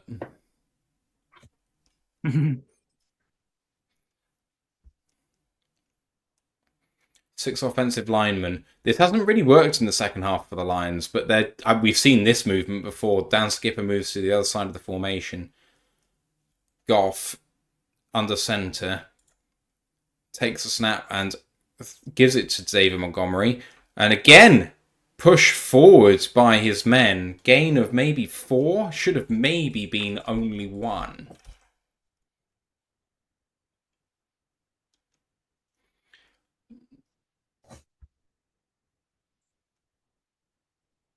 So Cowboys are down by 10 because they missed a 2-point conversion. There you go.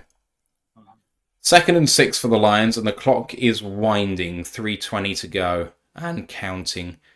Not a lot of time to get this play off, though. Only 10 seconds as they break the huddle. Goff under center, and again, the fullback moves out. Dan Skipper moves over. What are they going to do out of this?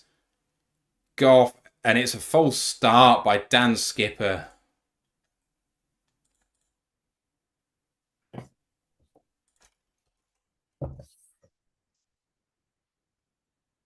Oh, Penei Sewell. Oh, this is killing us. 2nd and 11 now. We can't afford that because now they're going to get the ball back from this situation. It's hard for us to get the ball here.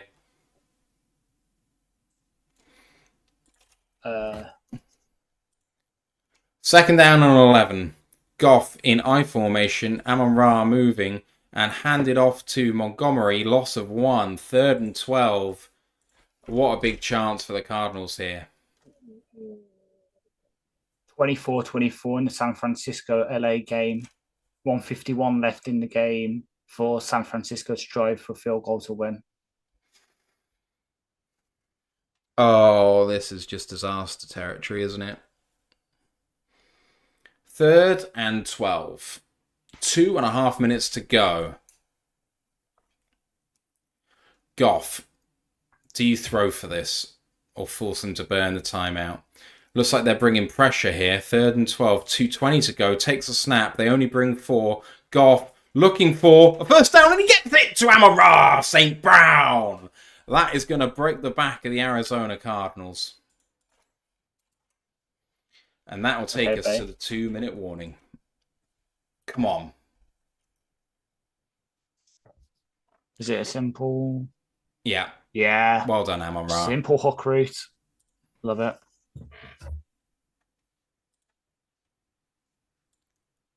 Well, I got Perfect timing on it as some well. of Goff the closes it. got some of the yards I needed there. Mm-hmm. Sorry, I cut you off. I say got through that with perfect time, so I throws it just as Amon Ra's rounding the hook as well, so it just straight in there.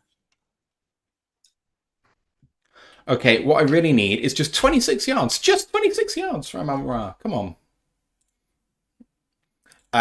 Contrapastan says Sun God things. Hell yeah. Odossil said, oh my god, so glad I was wrong about the sack, not the play call, of course. Hell yeah. Odossil said, why are we throwing so much? Goff will be sacked for sure next play, and then correct himself to running. Well, we're running because we want to kill the clock and because we are meant to be good at running, but we have found in the situations where we're trying to kill the clock, we haven't done as well. When we're in the situation where we want to score because we're running, we've done really well. But when it's a endgame situation, they're selling out against run, we've really struggled. So I think the answer here is Dan Campbell needs to be a bit more balanced in these situations or run stuff which is going to try and put them off balance. So maybe you run the ball, but maybe it's counters rather than just power. You know, we're very, very predictable in these situations, and it's frustrating. Anyway, one more first down ends the game from here. 7-point game.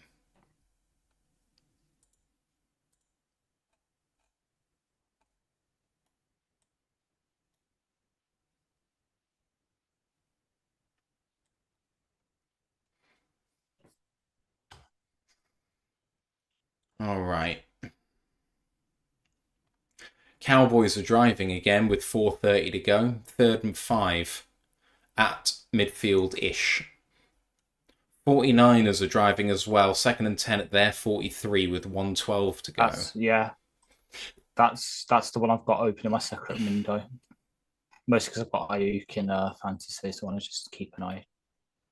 Oh my god, my John Jennings take is looking so good. 11 catches, 175 yards, 3 touchdowns.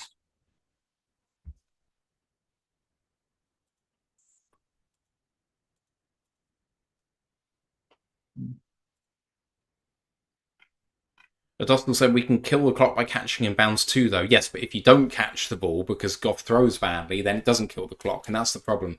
Here we go then. Another couple of runs coming for the Lions, I suspect. Goff does hand this one off to David Montgomery. Gain of 2. Last timeout now burns by the Arizona Cardinals. They are out timeouts, which does confirm that one more first down will end the game for the Lions. Red Sox 6, Twins 2. Good 5th and 6th inning for the Detroit Tigers. 2nd down and 8, 1:56 left. Just need 9 more yards. 8 more yards, but 9 more yards to be sure of this. Goff hasn't even gone over 200 passing yards today. Almost everything happened in the first half, but that defense has been excellent against the team. You know, Connor runs the ball so well. That offensive line have actually protected Kyler Murray really well. Marvin Harrison Jr. obviously great, but Wilson's been really good. Dorset's been good. And yet we have dominated them on that side of the ball. Goff. Oh, here we go again. Play action! Play action! He's been chased. Goff's going to run for it!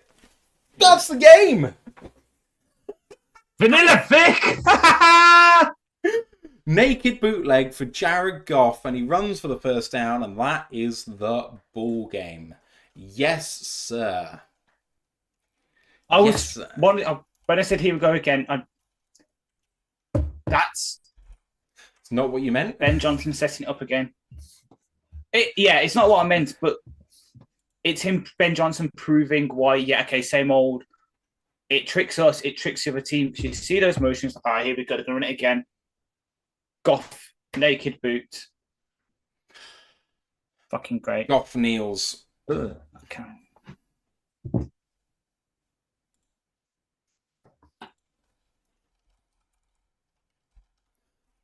Right, Close that then.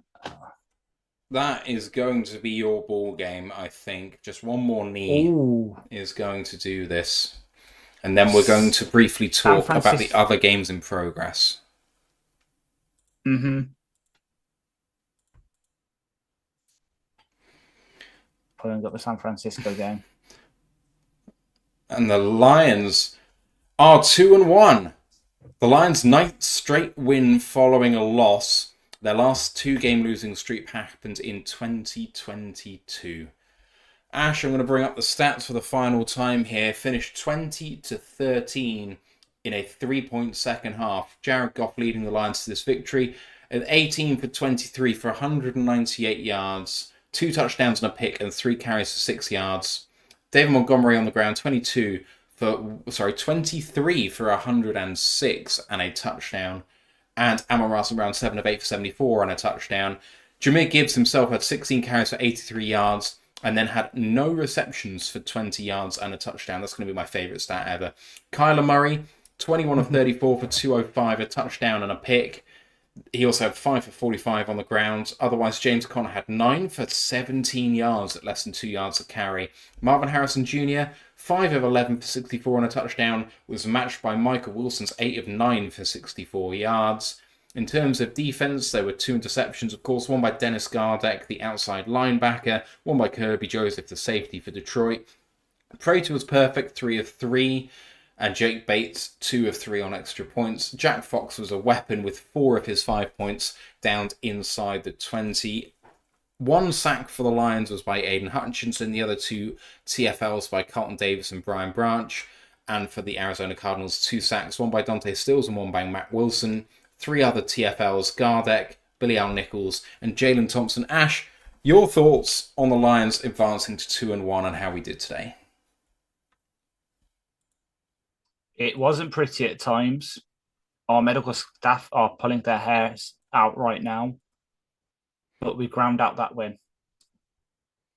Pretty much scored a second half. I know we gave up the field goal, but we did what we needed to do in the second half. We just played decentish ball, just kept with chains moving when we needed to, and we ground out the win. And now we face the bogeyman next week on Monday Night Football in what is rumoured to be the debut of the Motor City Black uniforms. And I cannot wait. Cannot wait. Wait for it. Right. We are watching Red Zone now, I think, between us. Ash, you on Red Zone as well? I'm watching the end of the 49ers-Rams game. Okay, at the moment they've got the Cowboys-Dallas game on us. Cowboys throws to the end zone. Touchdown, Dallas! 2:53 to go as Dallas bring this into a one-score game. Kevontae Turpin back of the end zone. Lovely throw by Dak. Ooh. And Rams are in scoring territory for a field goal, and they're rushing the ball here up to the 19-yard line with 30 seconds to go. The 49ers do have a timeout to take, but they are going to fall to 1-2 here, with the Rams advancing to 2-1 after getting eviscerated by the Arizona Cardinals. Yep. Stafford spikes the ball with 4 seconds left. Out comes Joshua Carty for the potential game winner. I'm probably slightly behind you there. PAT is good for the Dallas Cowboys, and they are 3 behind. There we go. There's the spike by Stafford for me. 4 seconds to go. Josh Carty then. Tell me what happens, my guy. Mm-hmm. And then Kyle Shanahan is looking very rough on the sideline. Yeah, I bet he is. So the Rams got into this position because of a DPI on Campbell. Yeah, Devondre Campbell, the linebacker they signed in the offseason from the Green Bay Packers. The Cowboys game is, of course, the one that's on Sky, isn't it? Yeah. Of course it is. Here we go. 37-yard attempt from the right hash. Oh, is it good? I don't know. I'm just praying. Snap is good. Hold is good. And right down Broadway. 2 seconds left on the clock. Rams 27, 49ers 24. Just scrib the kick. Right. Let's have a look. Perfect. Oh, yeah. That's good. Oh, they're even showing a replay. Yeah. Everything was good about that kit. They're just showing a replay, just focus specifically on the snap and hold. So Stafford has been absolutely fantastic this year. Even last week when he was just getting destroyed by the... How have the 49ers and that defensive line not taken advantage of the Rams? Oh my word. How? Is it that the 49ers just aren't as good as people thought? Potentially, yeah. Of course, I wish I could look at NFL Pro, but I found out we cannot get NFL Plus over here, so I can't get all my fancy stats. Oh, that sucks. Apparently, this is the Rams' first lead of the game with 2 seconds to go. Yeah, I believe so.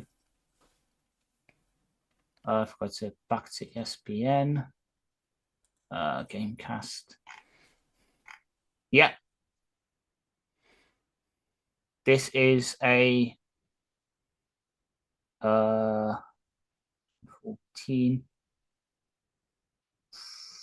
13 point run in about 12 minutes. I wonder if Red Zone is going to Rams. let me watch Baltimore Dallas because it's the blacked out game. Sorry, you talk. Should do.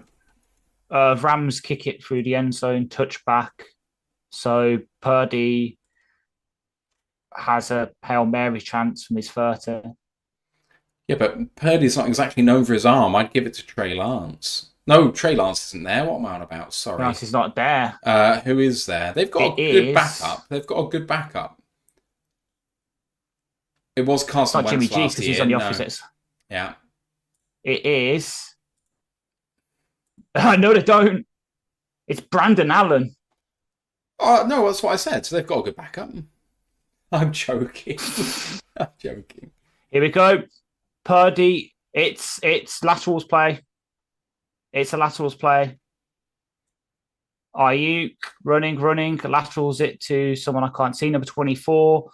Back to their tackle. Going forward. Oh my God. Please don't. Please don't. Fucking please don't. No. Yay! They drop it. Rams win. And this fight. Fight. Ayuk starting the fight. Yeah. It's all happening. You whiny cunt. There we go. Oh, it's the proper rugby play. You seen it? Yeah. Ayuk got absolutely hammered. Ayuk should have caught that. But that turned into a rugby play, and it was almost good. Yeah. That's what I'm saying. You can see me like, please don't. So the Dallas-Baltimore game is the last game in play. We'll be here till the end of that. So it just came up with a stat for Baltimore.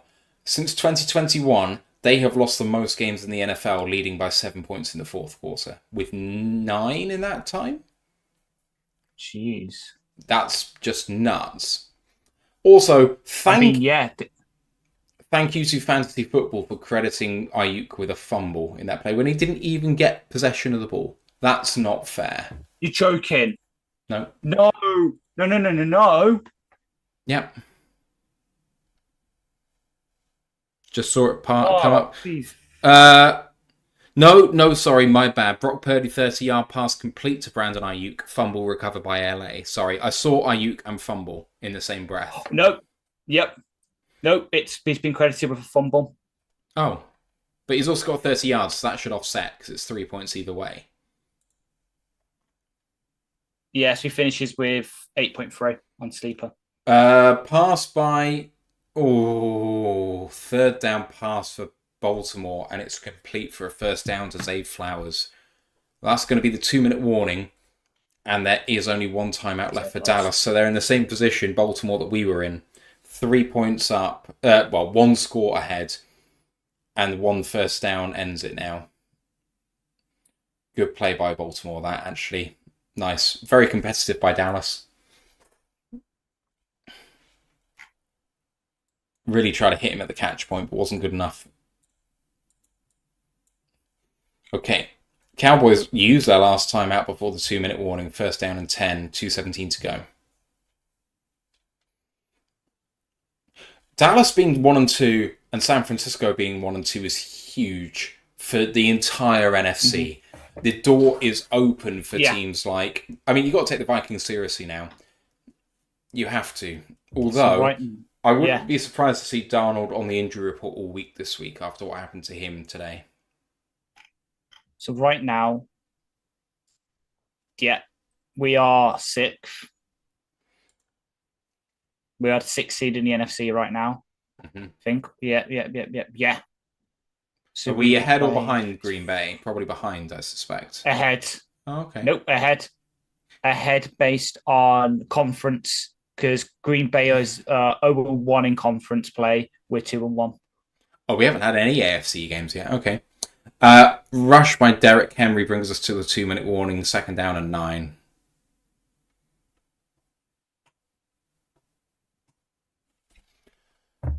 Did I pull up the... Ooh, fucking hell.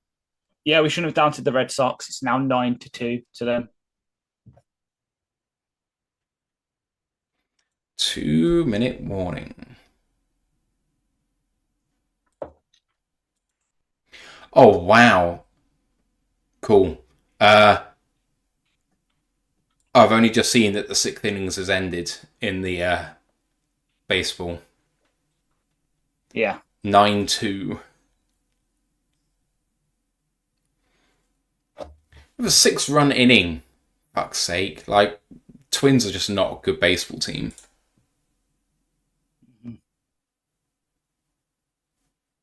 Oh my god, one of the scorers in this inning was Duran.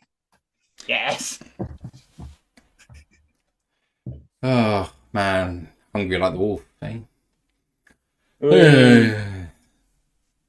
Maybe I should put it to chat. I'm thinking, because as you can see, I've got a Cade Pistons jersey. I've got obviously all my Lions ones.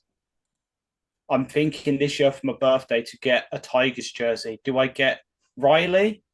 Do I get Dingler? Or do I get Colt Keith? Okay, I'm not good at baseball. Which one's the pitcher? Who's the league's best pitcher at the moment? That's Scooble. That's Scooble. So you wouldn't consider getting him? I would, but yeah, actually, you know what? You have to put him on the list as well. Because obviously, I like Riley Green because he's a good home run hitter. Dingler because he's got a funny name, and obviously Keith because he's got a funny name. Just walk around with a jersey to say Keith on the back.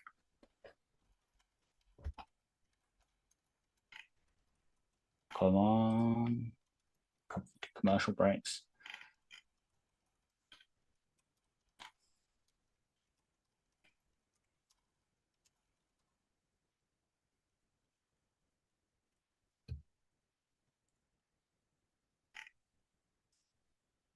I don't know if I can listen to the Sky coverage. It just annoys me. Oh, yeah, same.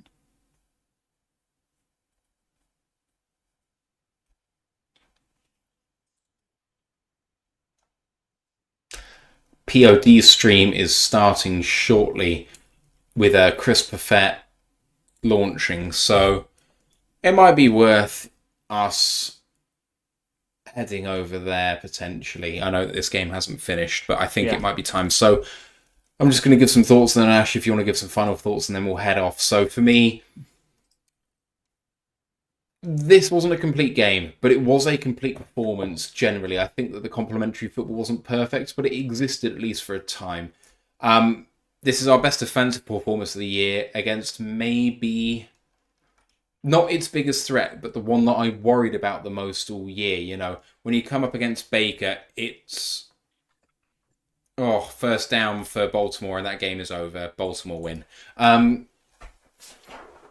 The defense was just so damn good, and they gave up yards in the 2-minute drill or whatever it was, 1-minute drill in the end of the first half. They also gave up yards when they were playing prevent at the end of the second half. But when it came to it, when the game was being won and lost before those 2 minutes happened, the defense was absolutely fantastic. I think I read out Murray's passing yards at 88 at the end of the first half, and it didn't really advance much in the third quarter. So, you know, I thought that the pass defense was fantastic. I thought Terrian actually really responded well to, one, the DPI, and then two, getting injured. When he came back in after the injury, I thought he played really well. A couple of pass breakups in there. Carlton Davis was one of the players of the game. I thought Malcolm came in and played really well. I thought that Jalen Reeves-Maybin, apart from the flag, also did really well. Offense was in fits and spurts. When we clearly want to run the ball, we're struggling to do it right now. So, that's tough. But I think we'll get there with it.